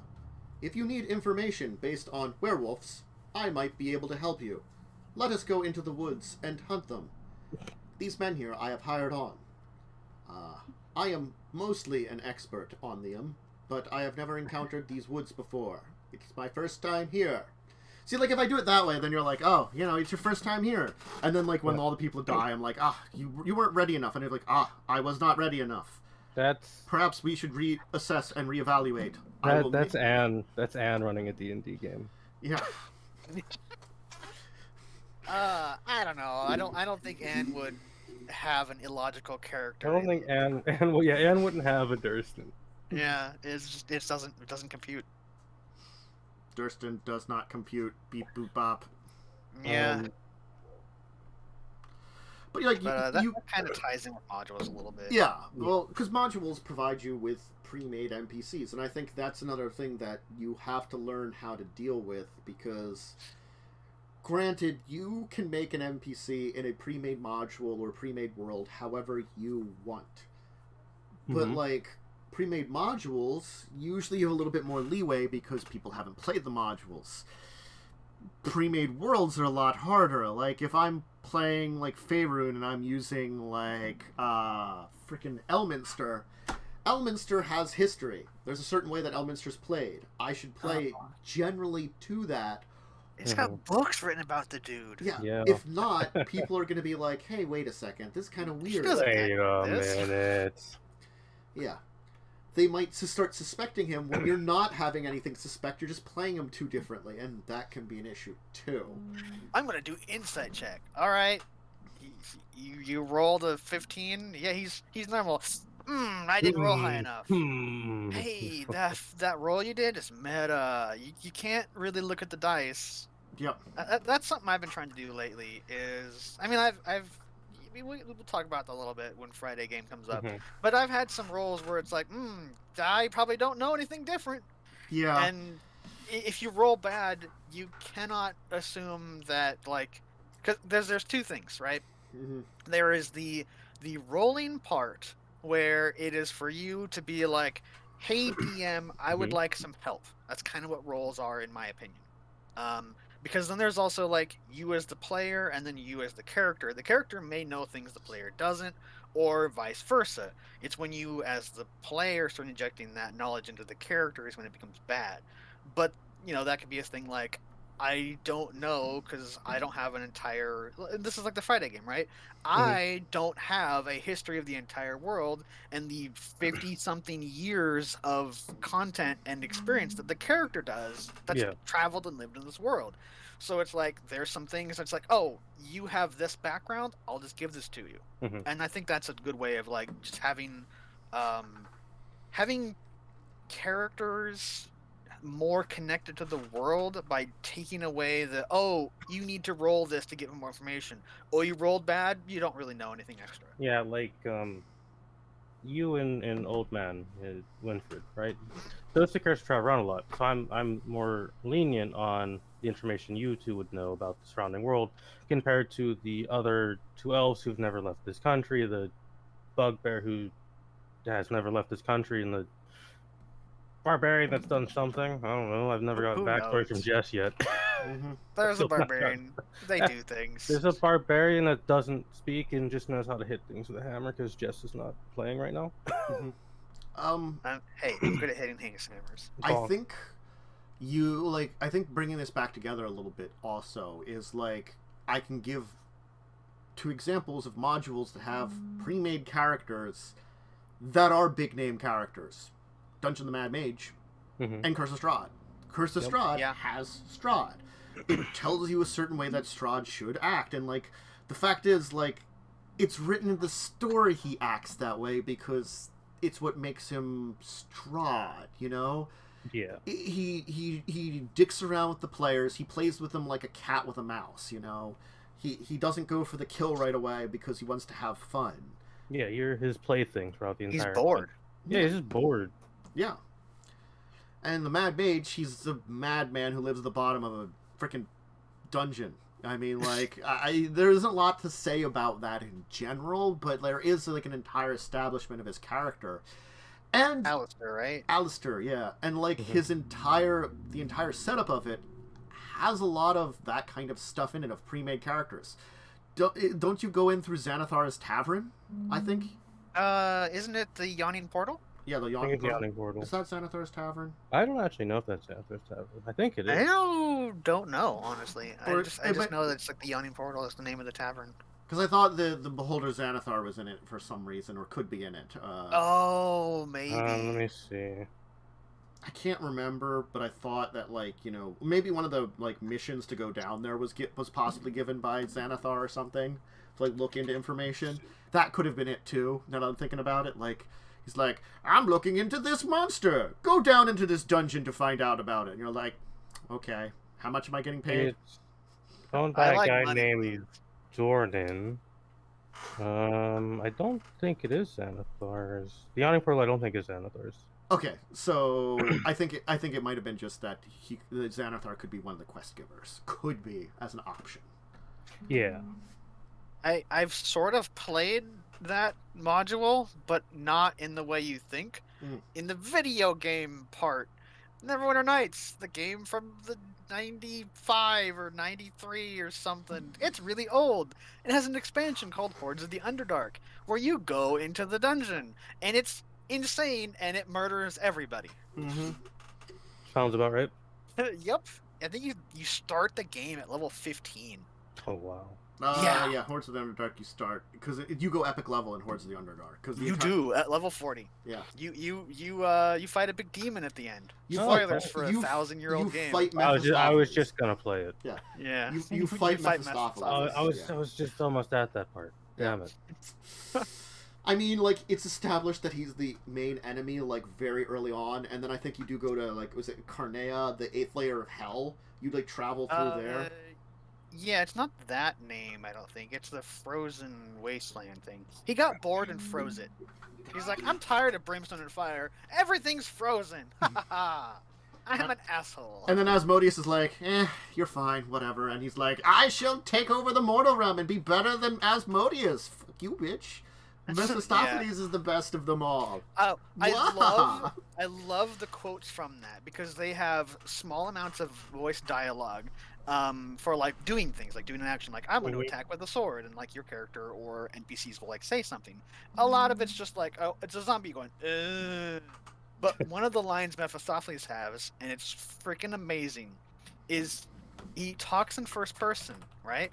So he's like, Mephistopheles is triumphant! But it's in, like, the most demon-y asshole, like, voice. It's great, because it's just, like, he's so full of himself. He says that when he kills you. Nice. I think it's, like, the victory cry or something. But yeah, changing things, right? Yeah. How sometimes you do have to be careful unless you go... Either you have to be careful or you have to go so far out there. Like, I feel like things like what I was mentioning earlier with Curse of Strahd, the Western, you could probably get away with acting incredibly different with Strahd because... Or like, as you were saying, like the 1980s Strahd would probably be like... Oh, the 50s Strahd. Oh, sorry, 50s Strahd. Disco Strahd. Mafia Strahd. Mafia Strahd. Or wait, 80s businessman Strahd. You could go for... Yeah. Oh, he's just a Colombian drug lord if it's 80s. No, I mean, no. That he's got to be the quintessential enemy evil businessman. So he's got to have, like, the shirt with his chest out with, like, hair on it and, like, a big metal chain. So he's just Florida man. Look up any, like, sci-fi or modern day anime from the 80s where they have evil businessman and they're basically Florida man. Here, hold on. Here, enjoy this picture of Strahd. There you go. That's the character. It's amazing. I love it. I can't believe you found that so fast. So good. Mm-hmm. I almost wish I could, like, replace my picture for that. So just, like, on stream, I just become business Strahd. 80s business Strahd. 80s business Strahd. Man, I don't know what kind of adventure that would be. I'm gonna be honest about that. It would have to be in Florida. I'm sorry. Yeah. It's in Miami. I'm sorry to Florida viewers. It would take place in Florida in the 80s. Uh-huh. There'd be Lamborghinis, Ferraris. You know, it's like Miami Vice, basically, except for Strahd is the enemy. You're heading to the Miami suburb of Barovia. Yeah.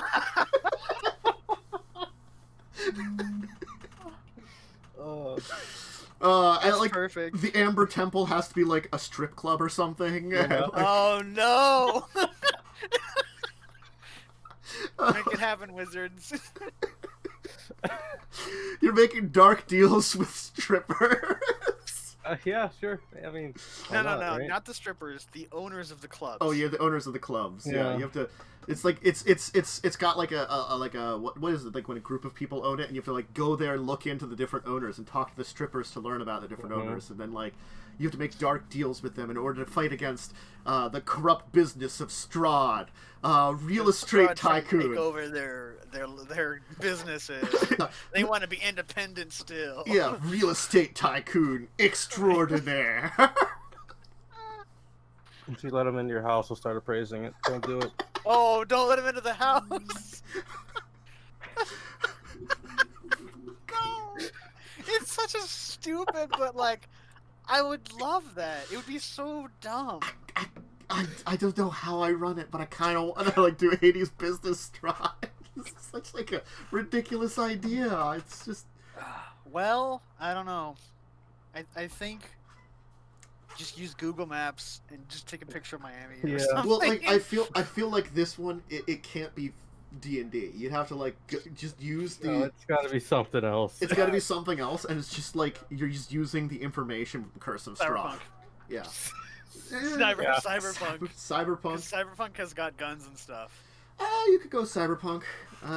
Probably could use something like an open-ended system like Besom or one of the... Or Pathfinder. Besom could work. Pathfinder, maybe. Or, like, definitely they do have the guns and stuff for it. Yeah, because of guns. Yeah. Mm-hmm. I don't know. I did something... It's something to consider in the back of the mind someday. Because it's just so... But Very ridiculous. But again, like, you can do a lot of stuff like that with a pre-made module, and then you can take those steps that you're way far away from the original, and it's not bad. And like again, I've played technically Lost Mines, but it was changed so much to fit a different game. So you can definitely change everything in a module and keep the module story mostly the same. Yeah. The major themes, right? I have never finished running Lost Mines. Lost Mines kind of sucks. I know, but like... kind of just boring. I got it for free when Roll20 was like, hey, have this for free. So I'm like, sweet, I'll take it for free. It's the perfect, like, you've never played D&D before. Come here, we'll do this one. It's good for that, but beyond that, it's like...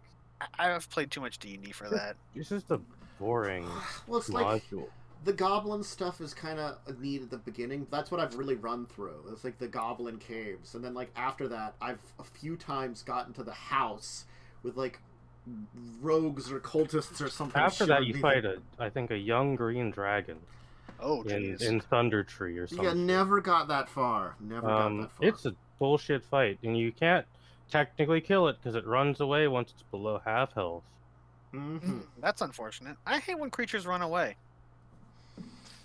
Yeah, my genius plan to deal with this was, hey, wizard boy, you have a scroll of fireball, just nuke it. And fireball the dragon, and then next turn it's like, I'm out, no, I'm done.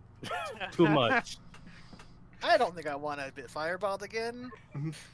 It's like, oh, damn it, you're like actual threats. And half the forest burned down because of that. Oh, well, that's always good.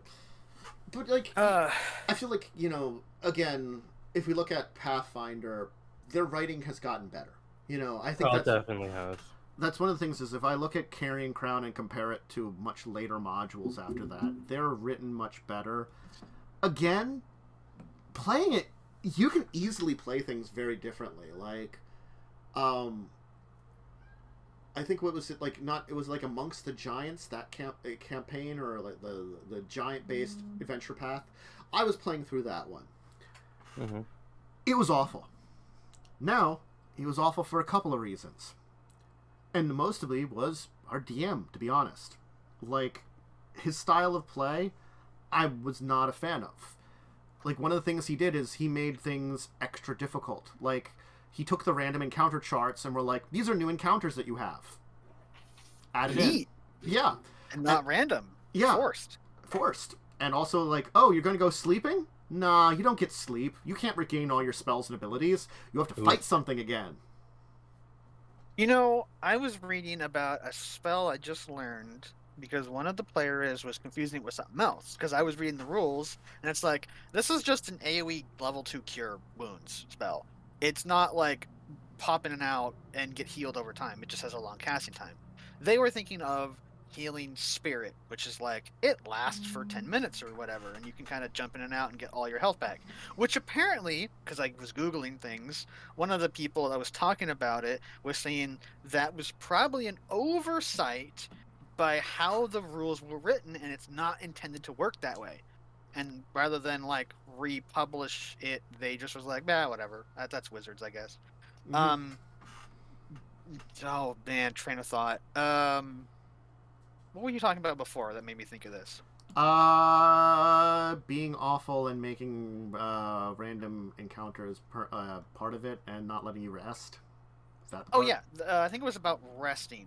So one of the things was in the comment chain I was reading is they were talking about how the spell is healing circle or something, and it takes 10 minutes to cast. That's 10 minutes to cast the spell. It's not a ritual spell. It just takes 10 minutes to cast. So they were saying it's a good way to get the entire party healed up without having to take a short rest, because a short rest takes an hour and can be interrupted in most dungeons. Yeah. Which means you don't get any of your short rest abilities back. I'm talking about 5e in this case. So yeah. It's worse for Pathfinder because you need 8 hours of rest. Yeah, it's way worse in Pathfinder. And like I felt like we were always on edge, and we got to like the 4th adventure, and my character was literally the only character that hadn't died since the 1st adventure. And I'm like, why am I here? How are these people connected to this adventure? Because so many people died. And then, rather than having my character die and have the possibility of resurrection, the person rewrote a monster to basically take over my mind and make me its mind bitch and eat my soul. That's pretty awful. Yeah, and I'm like, I don't want to play anymore. That's terrible. Yeah, you made my character an NPC.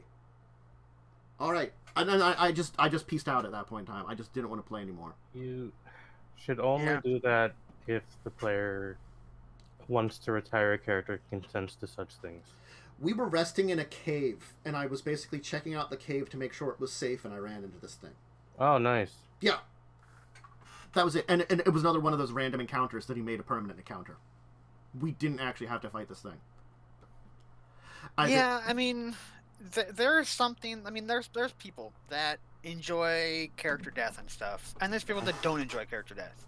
Like, if character death happens, you know, that's fine. Like the Wednesday game I was in that, spoilers for the upcoming section, ended.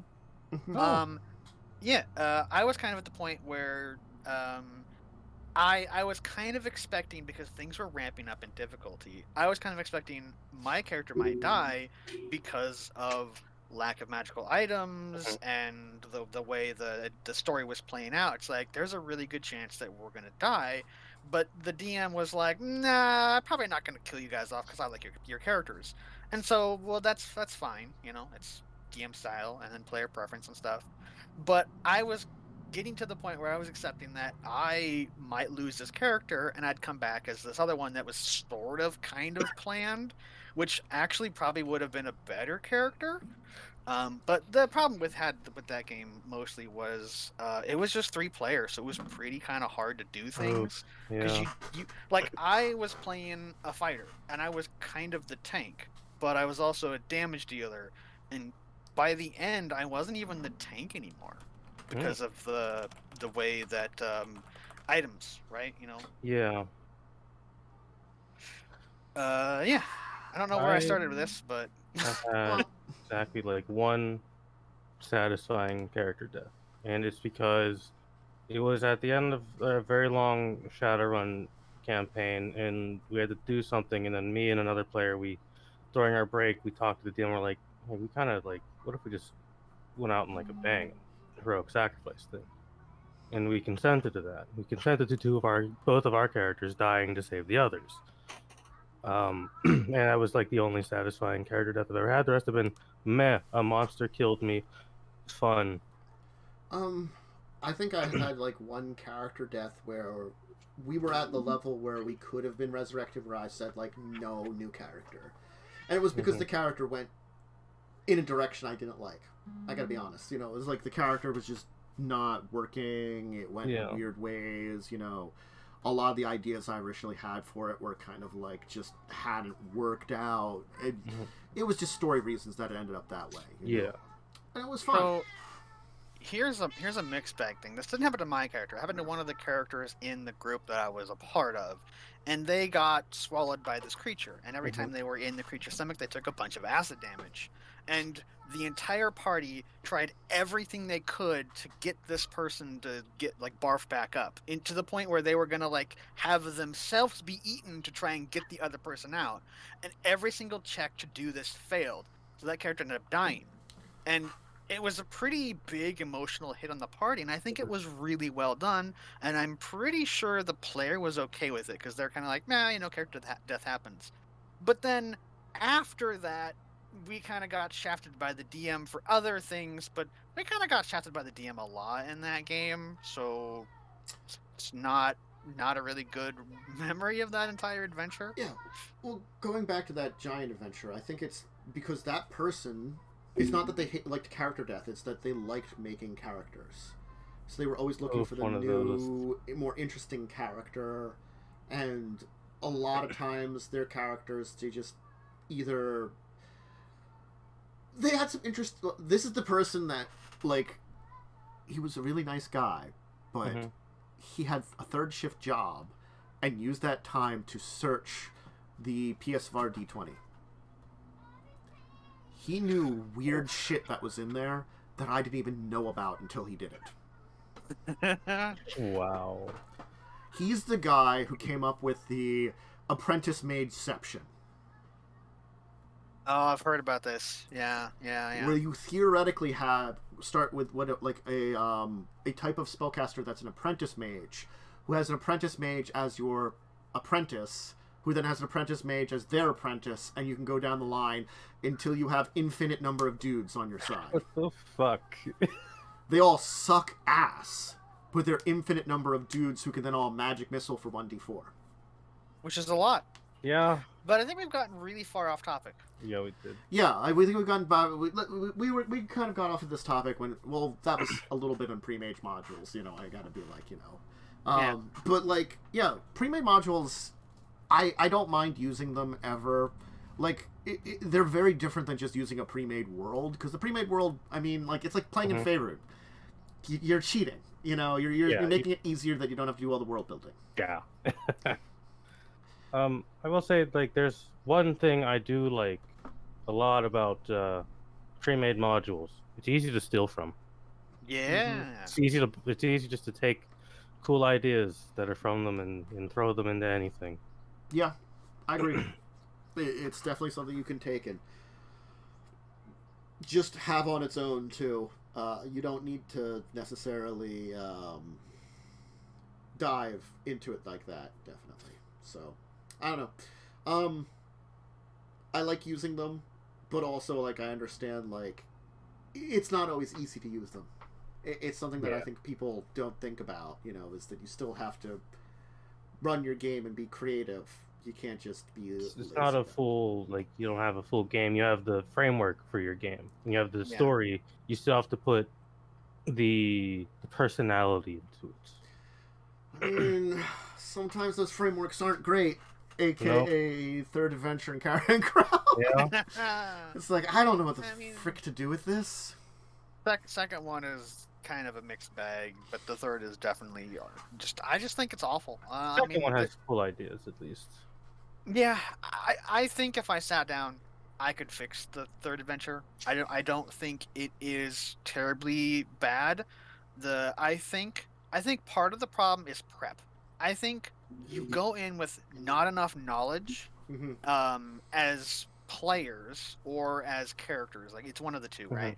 And having even the smallest amount of being like, hey, you might find these kind of things here and you should maybe be ready for that.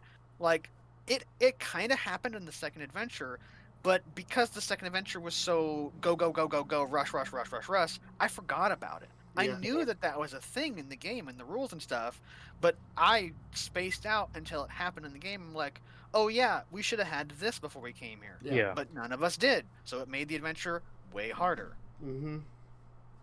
I think, at least for, like, a way I can think I can fix, at least the lodge part, is there's a point where there's like a murder that happens.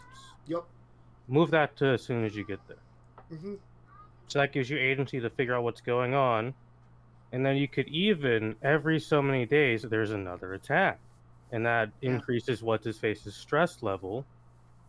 So you're investigating. Your investigation, because he's done some bad shit to start all this, is causing his stress level to go up. And the murders are causing it to go up. Until it all just kind of like bursts. And he runs away. And then you can move into your the main bulk of the werewolf stuff. Because you should have enough information for your investigation to do that. And you had a reason to investigate now. I mean, yeah, there's definitely plenty of ways to improve it all, and I feel like you could write it that you have all three parts. It's just that, like, I feel like it's not easy to do that. Definitely. Yeah. But I don't know. I do like a good pre-made module just because it's easy to do. But again, like, I think about it. I'm not currently running a pre-made one on stream. I think the only one I've considered doing is the one that's the most open-ended I know about, and that's Skulls and Shackles, because that is it's both linear and open-ended kind of thing. It's that weird thing of like, here's your end goal, get to it at some point in time, you know. In the meantime, fun pirate adventures. And then maybe I might, like, if you're delaying too much, like, you're like, oh, you're hearing rumors of like this person that could be your enemy, like looking into the same things, you might want to start looking into it yourself, you know. Things like that could start occurring that, like, you know, we should, you know, stop dicking around and probably actually get to that, you know, main quest line. Yeah. But yeah, like, it's very easily built for fun pirate adventures. I mean, like, you know, I feel you could, was it Children of Wrath where you have infinite side quests? Yeah, no, you very well could. I think there is definitely, like, a limit and stuff, too, because, again... Well, yeah. Mm-hmm. It's like Children of Wrath. Especially when there's rewards and experience. There's plot lines going on, too, you know, in Children of Wrath that I finally have to, like, shove in their face, even though now they're back to exploring the house, but, I mean, it's the things that they missed completely because none of them thought, secret doors. That's a thing that would be in this building. Secret doors never exist. No, there's no such thing as secret doors. Just like traps. Please stop checking for them. Mm-hmm. Speaking of that, do we want to move on to Week of Tabletop? I think we want to move on to Week of Tabletop. That was the perfect transition. You were correct. So, hey. Which I guess is me. Yeah, your game we started with. Why don't you two people who are players in my game talk about it from the player's perspective? Because I have too much information. We got on a boat. Proceeded to be like fucked up on said boat because we're all bad at rolling and we failed our checks to not bash our face into the wall during a storm. Mm-hmm. Yeah, I rolled a 20. Super epic level storm appeared. Congratulations. Yep. And we made it to a town where everyone is basically the same, except I didn't notice it because I rolled a 1. Look, they're like pod people or one of those weird things. It's, you know, it happens. I was too distracted by the disgusting like city planning of too many buildings, not enough nature. Oh yeah, it's like all cobblestone. There's like here's one tree. Look at this tree. God, it's perfect. Ew, disgusting. And then most of the party wanted nothing to do with it, but 2 people went and did some things. Well, it was like. I think, again, it comes down to, like, you know, I think we were having a discussion on this, that, like, Marty is very much so the neutral good character, and, like, it's like, oh, there's trouble here. Something should be done about it, you know? I like that when Marty when Marty was, like, going to go off to do it, Dranther had said something, and Marty was like, okay, but you didn't say not to do it, and then just ran off the boat. Uh-huh. And then when, like, we're, like, getting into things, and I'm like, this seems dangerous, and I'm like, I'm gonna go get my friends to, like, see if we can actually, like, look into this more, because it seems like it could be dangerous. Dranther's like, not doing it, and I'm like, I got pissed off. I think Marty got pissed off there at that point in time. I was like, stop being a bitch. Dranther denied your hug. Yeah, Dranther denied the hug. Dranther, like, I understand where Dranther is coming from, and it's also another thing is, like, you guys are, like, really far away. You didn't encounter what you were looking for, so it's kind of like, Well, at least we did the secondary reason for coming here, so I guess we're gonna continue our trade deals. And like the boat people rolled some stuff, and you asked them, it's like, hey, was it like this before?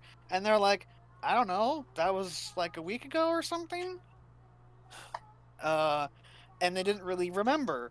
And then you like pointed it out, and the captain like rolls a nat 20 on like perception or whatever. So it's like, oh yeah, well she clearly notices that some of the people are weird, and her priority is to protect the boat. So she's like, yeah, we're not gonna stay here. If the party had asked and said, hey, we want to check this place out and explore a little bit to try and make sure what's going on, you could have talked her into staying. Yeah. She only cares about protecting the boat. So when you guys are like, hey, it's all really weird and dangerous here, she's like, all right, well, let's leave as soon as we're done. Yeah.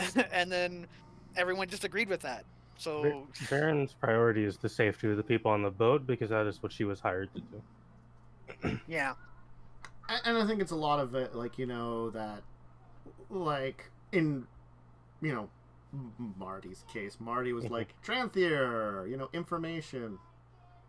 Like, Viren wanted to help, but there are other things Viren has agreed to, and Viren is tired.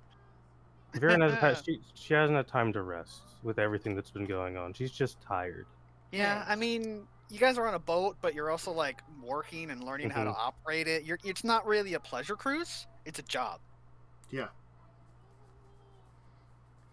Yeah, no, it's a job, and it's the unfortunate thing that, like, you know, we probably could have addressed it a lot differently, but I feel like it was that entire thing of, like, the shutdown right away, I think. Yeah, like, it's just Dracovin. Which I understood, like, you know, definitely, but, again, it's that, and I think that was that session came across a couple of things of, like, how much would characters know sometimes, and how much would they not know, and it's like hard to tell sometimes with some of these things. Certainly. But yeah, it was an adventure. An adventure. Well, you got a robot heart and I think a robot hand? Yeah, robot heart and robot hand. Yeah. They were oddly largely sized, and I believe the consensus of the party was that they are turning people into these. Here's the examples. When I think it was Viren. I don't know if you got a nat 20 on that. No, I'm pretty sure it was a nat 20 on the heart, and I'm just like, that's... Yeah. It's too anatomically correct. Yeah, it's like, this is a overly large but very oddly anatomically correct heart. It's just made with gears and stuff.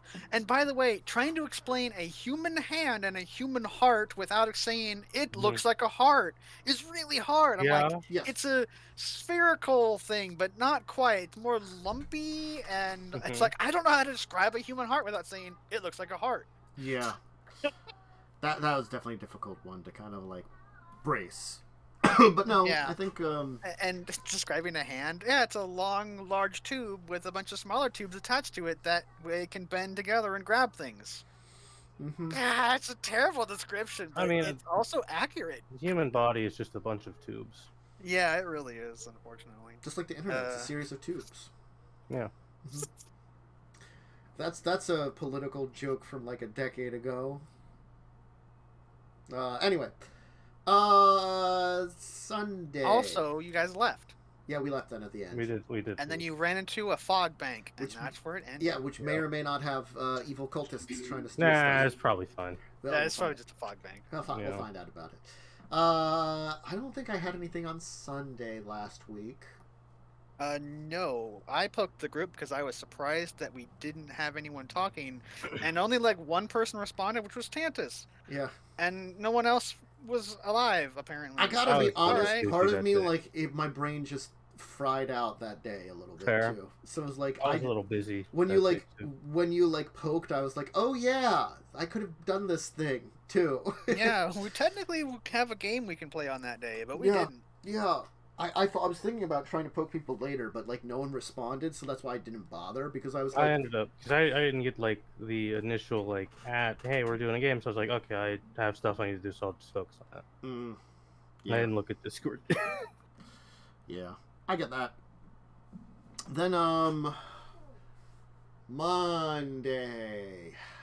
I think we skipped Legacy. Or we Think skipped you Records. did? We missed records. Someone was sick. I don't remember who. Yeah, I didn't have any games on Monday, I don't think. I had both the games on Tuesday. I did. Because in Legacies, they got to the hidden areas under the ocean. It took them a lot longer than I thought, but they were being, like, cautious, which is fine. And, you know, frickin' Samuel got decked by a large vampiric werecroc man. Nice. Oh, yeah, I got punched. He got pounched. Someone else got punched on Friday. Mm-hmm. While Carpe is just, like, his character, Nathan, is just hiding against the wall, like, obfuscated, like, you can't see me. I don't know what's going on, because I can't see either, but no one can see me. You're fighting lizards that live in water? In that? Yeah, is that what they're fighting? They're fighting crocodiles or something? Mm-hmm. You need Joe Baker. Come beat them up from Resident Evil 7. Mm-hmm. Just bring him in. Well, they're finding some kind of, like... Oh, and they ran into fairies, which dicked with them. I did hear about that one from Umber. Oh, the fairies. Yeah. It's like, you're just reading off the script, aren't you? And he keeps going. Yeah, I just totally ignored him and just continue reading. You are the brave adventurers. Congratulations on solving this dangerous puzzle. Please go through the door now. That's pretty great. And they, like, open the door, and they're like, we should go get the other people. And, and they fairy at the door. It's like, I guess you can go get other people, whatever. That's not how it's supposed to work, but I don't care. Whatever, not my problem. Not good enough for this. It's just like, just maybe all of you participate next time, you know? Just it's fine, whatever. That's how it's supposed to be played. Mm-hmm. Yep. I enjoyed doing that a lot. The fairies down there, just kicking with them. And also, it's really funny that none of them thought to be like, well, what happens if we just try to walk around the house? No one thought that. You can't, I guess. Oh, well, I would have done something, but they didn't try it, and it would have been funny. Let's see, and then there was Star Trek, in which more Cardassian shenanigans and more TNA shenanigans. And I gotta be honest, my brain is a little fried right now, and I'm like trying to remember. Like, I don't really remember what you did either. Yeah, like we. I know stuff happened. Yeah, stuff happened. It was post the date with or was the date with the Cardassian this week? I think it was last week because Yeah. that was when, like, oh, it was the medical findings and talking with the captain about, like, this will probably kill the changeling. I know that. Oh yeah, we were discussing the medical findings and the formula that we had gotten. Yeah, and that, like, we had to, like, do things twice because I've got incompetent people in the medical bay. I've got to have them scrub out. Oh yeah. Scrub out the, like, hyper bedpans. Hyper bedpans. Yeah.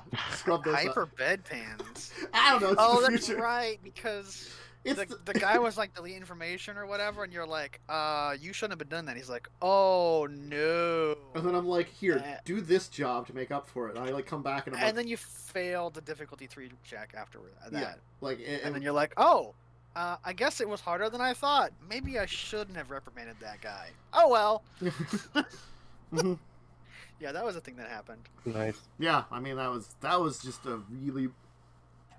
It sounds like, you know, like, I like Josh is like, oh yeah, you pass a lot of checks. Like, I do pass a lot of checks. I just also roll a lot of 20s, even if I pass.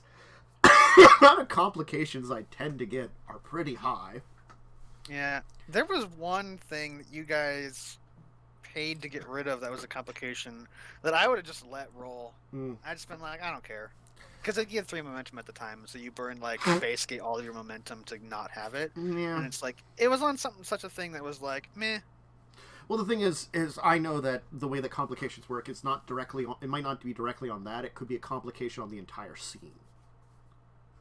Yeah, but at the same time, whatever. I feel like I just try to avoid complications because they're just extra annoyances. Anyway, yeah. That's part of the system, though. Yeah, but then if you have the momentum, you can just ignore them. I mean, come on. But I think, and this is not to like call anybody out, I think depending on how you do a complication, it can be way worse than you would think it would be, and that could make it where you overanalyze a complication. Because like I probably don't know if I would do them really horribly. Like, let's say, for example, I started doing like critical failures in my D&D game. If people rolled a lot of ones or whatever, I wouldn't be like, your sword's broken, or like your sword flies out of your hand and goes into the ocean. You don't have a sword anymore. I wouldn't do that. I'd probably have it where like, I would have other effects to make like the following check harder in some way, or a check related to what you were trying to do be harder for somebody else. Like, oh, you tried to attack this guy and you've positioned yourself in a way that, you know, this person over here will have a harder time attacking them on their next turn, as opposed to like, oh, you fumbled, all right, everyone on the entire boat now has disadvantage for the rest of the scene. That it really depends on how you do complications. That they could either be like a funny little add-on to the story, or a complete negative to the fact that that's like too aggressive. And I don't know how I would do that in the Star Wars one or the Star Trek one. Now I'm doing it. Yeah, I mean, like, it's a tough thing for when I'm like looking at it and analyzing it about like what would be the best bet for the complication, and I think keeping it simple is usually best, but simple could also still be that very high difficulty. You don't know, you know, it's sort of like what would be related to what's going on here that a complication would add. Great. Yeah, it's really situational. So it's like one thing isn't better than another. Yeah. No, I think, you know, I just didn't want to bother with the complication at that point in time. I think it's just because, like, I don't know if it's true, but I feel like of everybody, I've rolled the most complications. Maybe? I was the only one that spent complications this day, and there's been a couple of days where I've gotten multiple complications that I've spent a momentum for. Yeah, I'd say maybe you might be in the lead, but you might be like either Mads and Thunder or like Thunder and Joe might be tied for second, because I think they've rolled a couple. Yeah, but like again, there was that day that I think I rolled like 3 complications. Yeah, that was really bad. Oh, I've rolled a lot of them. I've rolled a lot of them, and I think that's why I'm like, every time I roll one now, I'm just like, nope, I don't care anymore. I don't want it. So Wednesday, we did not have Carrying Crown. Oh, we didn't. Nope. But Wednesday was the glorious end to my year-plus long campaign. Not my campaign, personally. I was a player. And so what happened the last week, not this week, but last week, is we basically realized that the big bad villain wasn't actually bad. Well, we learned that a long time ago, but we finally like met them in person, because they always like talk to us either through magic or agents. And so they have this whole like underground lair base, and they got a bunch of people, and our main headquarters where we've been playing out of for the entire game basically had a big coup going on. And there was a dragon there, and like, why the hell is there a dragon here? Who got this dragon under control? And so we're doing all these plans and figuring things out. And then so that was the week before. This week we're like, all right, we got all our plans. We went over it really quick, and we went in there and we went into action, and we rolled like gods. We had the stealth team snuck in without being detected. They broke into a door. They opened the door, got punched in the face. The DM rolled a nat 1, so it's like, all right, well, narratively you get hit in the face, but it doesn't hurt you or whatever. And then so their infiltrator team got all the stuff to like get the rest of us in. Our distraction team, while we rolled a little bad, we weren't really fighting anything that required us to go into combat. It was more of like a narrative thing. We rolled a d20 to figure out how many of the people following us got trapped, and all but 4 got trapped. And then when we realized how many people these 4 guys had to fight, it's just like, yeah, you kicked their asses. And now they're trapped too. So we basically got flawless on that. And then we got teleported in, and we fought a silver dragon. And you might be thinking, wait a minute, silver dragons are the good ones. It was a mind-controlled dragon. And it hurt a lot of the NPCs that were helping us, and one of our players, but the other two players, myself and the other one, didn't get hurt at all. It also feared everyone, basically, except for the people who didn't know, which was me. So it was knocked prone because of a hideous laughter, because it rolled really, really awful. So this big, huge dragon falls on the ground and laughing uncontrollably. So I'm like, all right, it's action surge time, baby. And I go up there, and I probably did like 100 damage to this dragon. But it had like 3 hit points left or something. So in the next turn, one of the barbarian NPCs is like, they attack it. It's dead. I'm like, no! At 0 hit points, so it's stable. Because the dragon was actually our boss, who disguises themselves as a human to try and organize the team or whatever, the teams, to go and solve all these extraworldly problems of other planar creatures coming into this world. And they were one of those, and they would just disguised self as a human. Yeah. So we saved the boss, and then we fought the former boss, who was an evil bitch. Just the evilest comic villain you'd ever see. And we didn't have as many NPCs at this time, because it's like, all right, well, they're going to go and take care of this stuff. You can bring, like, one person with you, and then, like, this other person. Because we were trying to save the wife of one of the NPCs, which was the former big bad villain. I'm recapping an entire year's worth of adventure, so it's a little chaosy. Fair. And they went down one time because they're stupid, and they were like melee fighting a fighter as a sorcerer. But whatever, you know, plot reasons kind of make sense. Their wife is kidnapped, so they're pretty pissed off about this. And then so they get brought back. And then I get horribly beaten up because I get attacked 6 times because action surge in high level. I took like 90 damage in a single turn. I have 94 hit points or something. I took an absolutely stupid truckload amount of damage. Wow. And then I finally, like, I positioned myself to like get to advantage so I can like reliably hit, because their AC is like 18 or 19. It's really stupid high. I have a decent attack bonus. I think I have a plus 10 or something. So it's like I have a more than 50% chance, and with advantage it's like, you know, 20% chance hit or something like that. Yeah. So I was pretty confident in being able to hit, but dice rolls can always screw you over. And so I got a couple hits in, and that's when I got retaliated. So I'm at like 30 hit points or something. I'm like, I'm almost dead or something here. And so then I forgot I have Indomitable, and I could have re-rolled. Oh well. So I moved again to like get a position of advantage because the sorcerer is down at this time, and I'm like, I'm gonna booming blade them, and it was just enough to down them.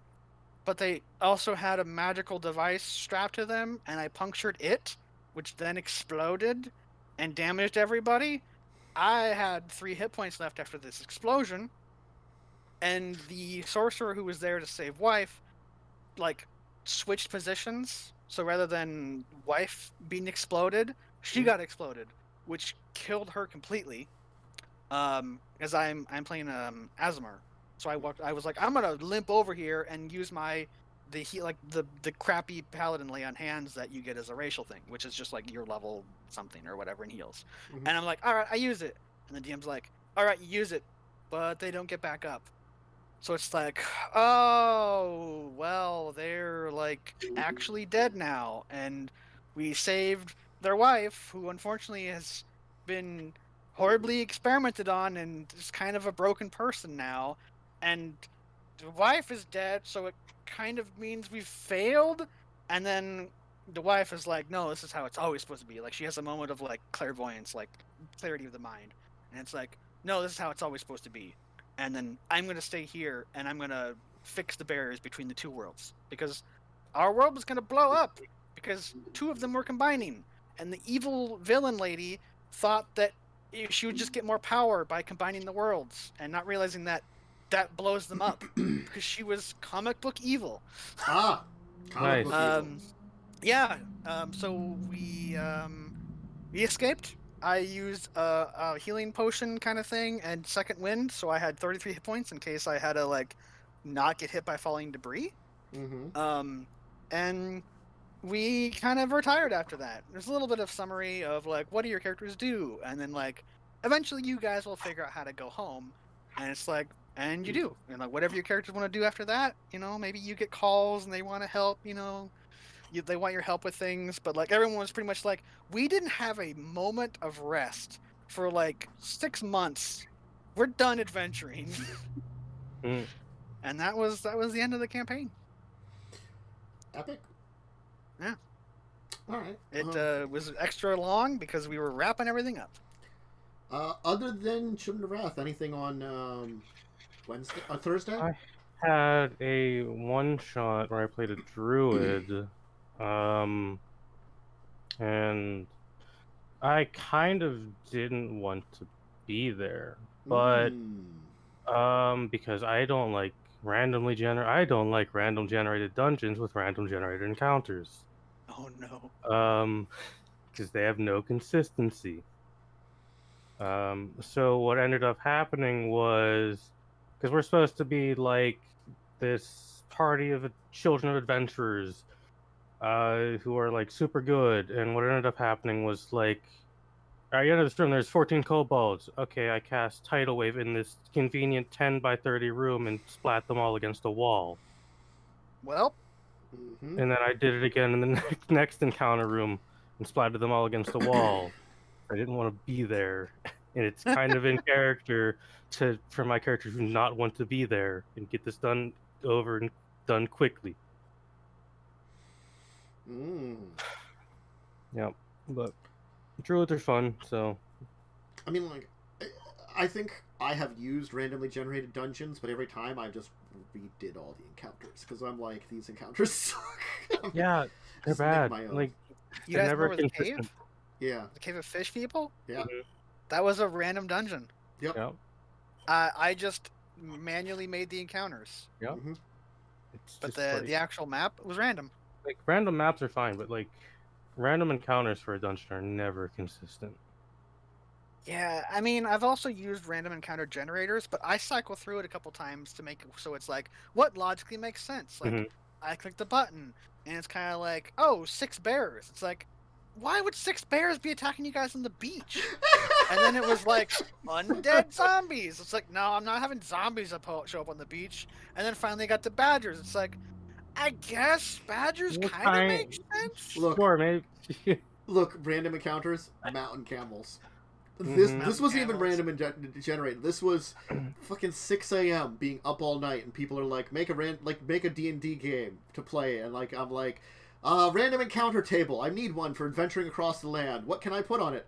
What CR is what? 2 camels is the appropriate CR. There we go. I can't wait for you guys to go back to actually exploring, so I can have random deer encounters. Nice.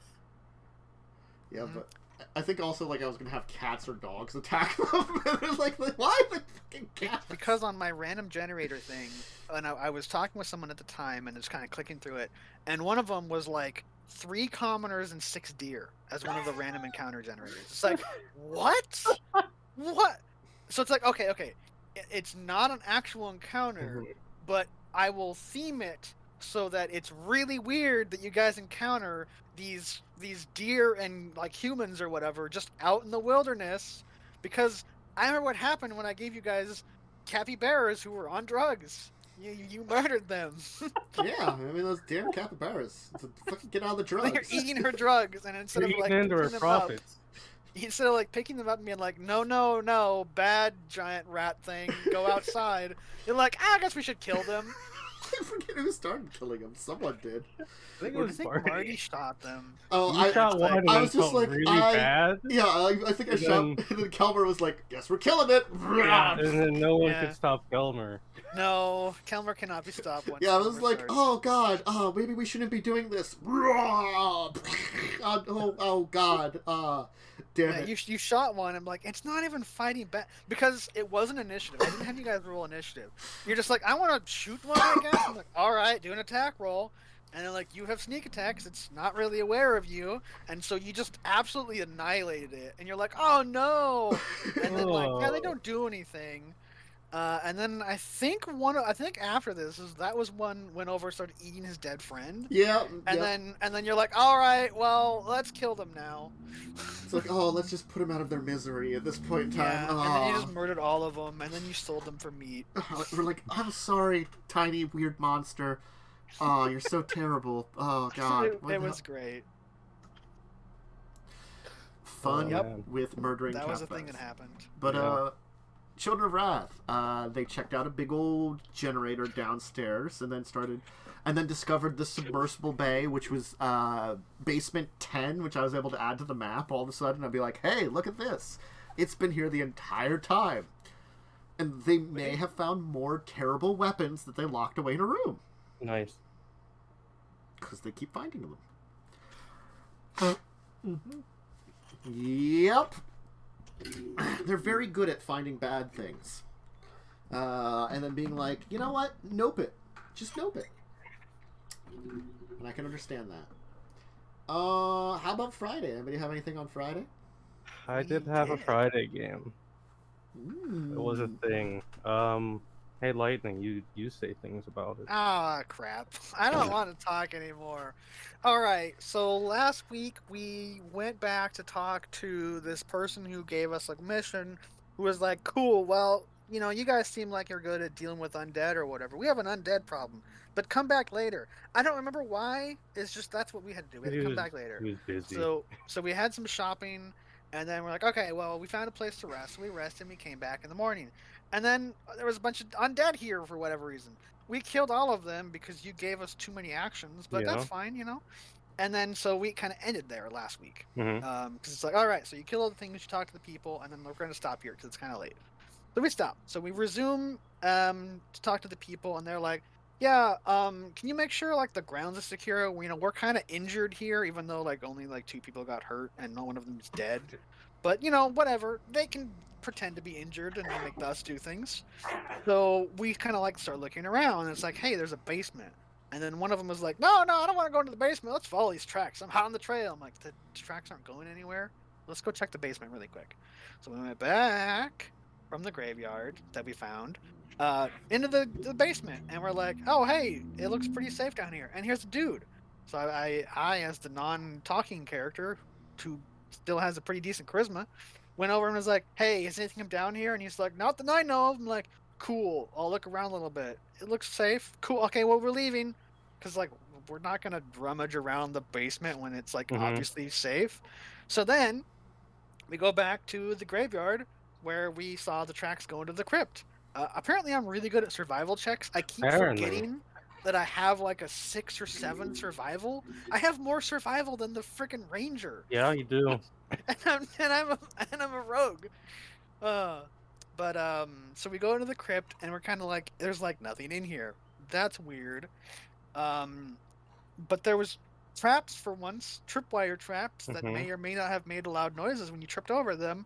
And our old man, who ever paranoid about traps, finally got to discover a trap and stepped on it because they rolled low, because it might have been like a DC 18 or something, and I think they rolled like a 15. But then they had like an amazing super dexterity save to not trigger it. So then I'm like, all right, well, I'm a rogue. I guess I can disable traps. So I disabled the trap, and then they proceeded to try and loot the place. And I wasn't really going to help, even though I totally had it within my power to be like, hey, Moshi has strength, and here's a crowbar. Blep, it's open. I didn't want to promote that behavior, so I mostly just sat around and listened. No, just continue to steal from this church. It's fine. So yeah, they're trying to loot things, and they don't find a body, and then they find corpses, like mummies or something. or Yeah, they had found mummified more bodies. sarcophaguses. Yeah, and I think those ones had bodies in them. Mm-hmm. I don't think they had anything of value on them because otherwise I think they would have looted them. I don't remember any looting happening. Nothing Wait. looted. Don't they also have like an inquisition or something against them at this point in time? Kind of. The investigation is starting. What?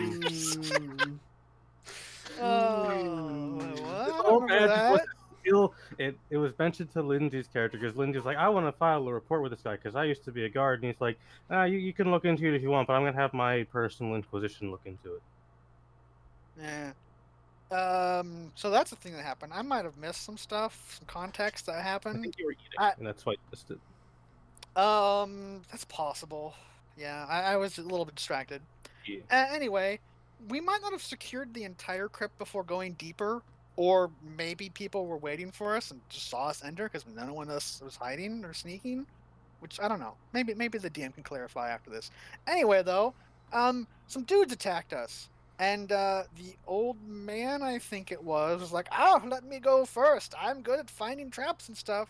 And then when he starts walking down the hallway, he gets blindsided and punched in the face. There seems to be a theme of face punching going on lately this week. It was the bugbear got punched in the face. Because he's like, I can go first. I'm sneaky, and he rolled pretty well in his sneak to like peek around the corner, so he saw the punch coming at least. As a big aberration just punches him right in the face. It was a horrible monster with a mouth for a head. Yeah, it was awful. And it had a lot of hit points and resistances, so the fight took forever. Yep. But that's fine. You need to do that at low level because that's why magic items kind of break combat a little. Yep. So yeah, we had to fight those things. It was some horrible abomination, and then I think another vampire spawned. Yeah, it was just another vampire who just climbed on the ceiling and shot you with a bow. Yeah, it was like glued to the ceiling through magic or whatever, and had both hands free, and I guess it was just staying upside down. All vampires can cast spider climb. Yeah, but there were some rule things going on, which made it sound like different. Oh, is it different? Didn't have the full ability yet. Oh. I split it up. Okay. Because I was like, wait a minute, isn't it just spider climb? Why is this ability different than this ability? Yeah, I altered Lindsay's spider climb. You altered the deal? Yeah. All right. Anyway, so we beat up the monster a lot, and then the other monster got hit a few times and was like, "Nah, f this, I'm out. This is too dangerous," and then proceeded to get chased down by people who I agree with don't like it when enemies try and run away, and thankfully. It couldn't run away, and therefore it died outside because it's stupid and I hate it. And then some weird invisible tentacle things happened that none of us saw except for the body going crazy. And then I asked, it's like, hey, I'm pretty sure this half-orc person seeing this body moving around may try and smash it because it's probably coming back to life. So I rolled, and I rolled the lowest stat because I said high or low. And Momo said low, so I picked wisdom as like, they don't have any wisdom. I think I rolled a 9, which got lowered to an 8. Yeah. So I'm like, yeah, they're gonna bash it. So then they smashed the body on the ground. I don't know if that did anything or not, but it got bashed. And then we went back and said, all right, we killed 2 things. And then it's like, wait, how many things were left? And they're like, 3. It's like, oh no. If one of them got away or something or reported back to its master. And then we kind of wrapped up because we leveled up and I went and bought more bullets or specifically a handful of more bullets because they're very expensive and may or may not have flirted with a goblin. Yeah, badly flirted with a goblin. Yeah. Okay, so I made a roll. Which is, I give myself proficiency in flirting, which means I'm rolling a charisma check with +2. I didn't realize that until later. I'm like, oh, apparently I have a proficiency in flirting. Proficiency in flirting. I'll allow it. It's fine. I'm going to be rolling that eventually a lot. I want to flirt with the bartender or the person who owns the tavern. Oh, the Dragonborn? Hell yeah, I want to flirt with the Dragonborn. Want to see if we're genetically compatible? I mean, I don't think that's possible considering the nature of my character and the fact that they are the same, type and a different species. But you know, we can experiment. It's okay. It's okay. You'll find out. I didn't know you were playing a bard. The wink hard way.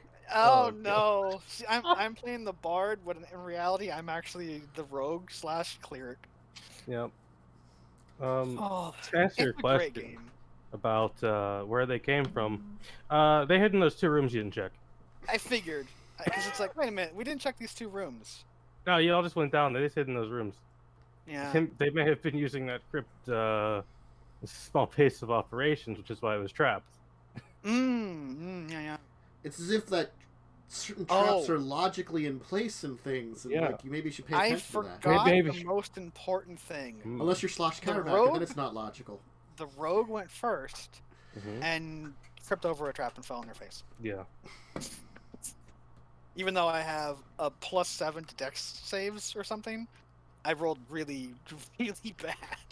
I also got a nat 1 on my initiative for that combat. Yeah. Yeah. But I really have fun with the Wednesday game. The Friday game. It felt so short though, and I feel like it was because the combat was just kind of like because it had resistance. I think that slowed it down a lot. Most undead have most higher level undead have some form of resistance to things. Yeah, and Silver didn't bypass it. That's weird. Which, yeah, I mean that's fine. I mean my character doesn't know a ton about undead. It was just like, yeah, silver probably hurts vampires, so it's like I'm gonna buy some silver bullets, and I guess I'll silver my rapier or something. So, just in case that comes up, I don't know if it does. It may. Yeah, it may. That's what my character thinks. So. Good times, good times. Well, I think that was our week in tabletop. There's a lot. And we even missed a bunch. Yeah, we did miss a few. I feel like there was like 2 or 3 games three games that were missed. 3 games that were missed. So it's a bunch, but it's not. I mean, that's half. Yeah, that is half. Yeah. Judging that I normally have like 8 in a week. The one's every other week. Well, it's half of my games. It's half of my games as well. One of them ended, so it's going to be even less games. I want 3 of my games then, because they all take place on the same day. Oh, at different periods of alternating between the weeks. Yeah, I automatically dislike doing that. I can kind of do 2 games at once. More is like if I was a player in one and a DM in one, or a player in both.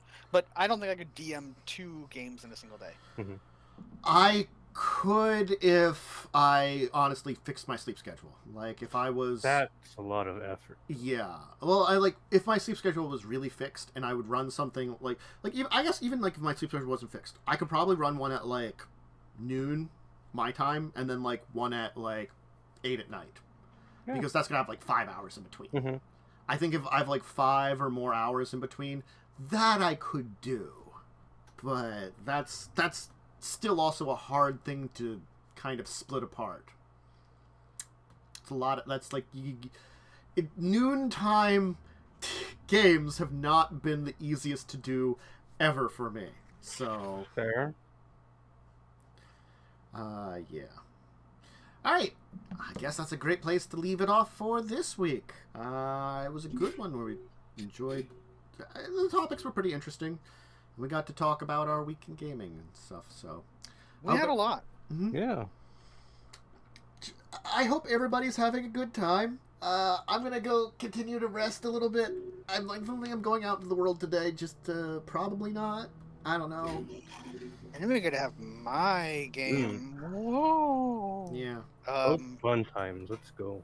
Yeah, it's boat time. It's probably going to be only boat time, to be honest. Okay. Because... I'll have to explain a little bit of boat rules. I did cover a little bit of it, but it's there. I have simplified the rules so much that Good. it's not going to be anything crazy. 5e's like- boat rules fucking suck. Oh, I'm not using 5e's boat rules. I'm using something that I came up with on my own, off the top of my head. Like, this is simple and easy. I'll use this. Good. Mhm. It's boat time. It's boat time. Everybody loves that boat time. Boat time and Angry Dragonborn time. Honestly, though, it'll probably be downtime time soon. Give Yeah. you guys a break. Going to the fucking hot spring away from you people. Yeah, so maybe you guys have to figure out what to do for Ooh. a couple of weeks of downtime. Yeah. Man, a couple of weeks. Whatever will we do with ourselves? I just don't know. It's impossible to tell. Probably Granther find will more be missions to go do. Granther will be so happy. But yes. All right. We're going to get off. Thank you, Lightning. Thank you, Momo, for joining me today. I hope everybody has a great rest of your weekend. I don't know what my schedule if I'm streaming. Next time on the schedule is Records on Monday, 2 p.m. EST. Then Legacies on Tuesday, 2 p.m. EST on that one. And then Children of Wrath is now at 9 p.m. Either of you want to shout out anything? My schedule cleared up, so I might start streaming if I can cease addiction to an MMO. Stream at a time that I'm awake, and I will be there. Stream the MMO. I mean, I gotta be honest, like, once you left, we played really awful, but I put Bomb in our Siege rotation, and then we had a really interesting discussion on the fact that I never play Bomb, so I'm not good at Bomb. Yeah, I'm still taking my break from Siege, because last time I played, I got so mad. Yeah, I've learned that I can't do Bomb, because I've gotten my level to, like, a decent skill level at secure area. That's what I'm good at. Well, yeah, I may stream at some point. I just need to find the time. So, we're going to pop off. Until the next time, farewell, everybody. Hopefully see you next week. Bye. Bye.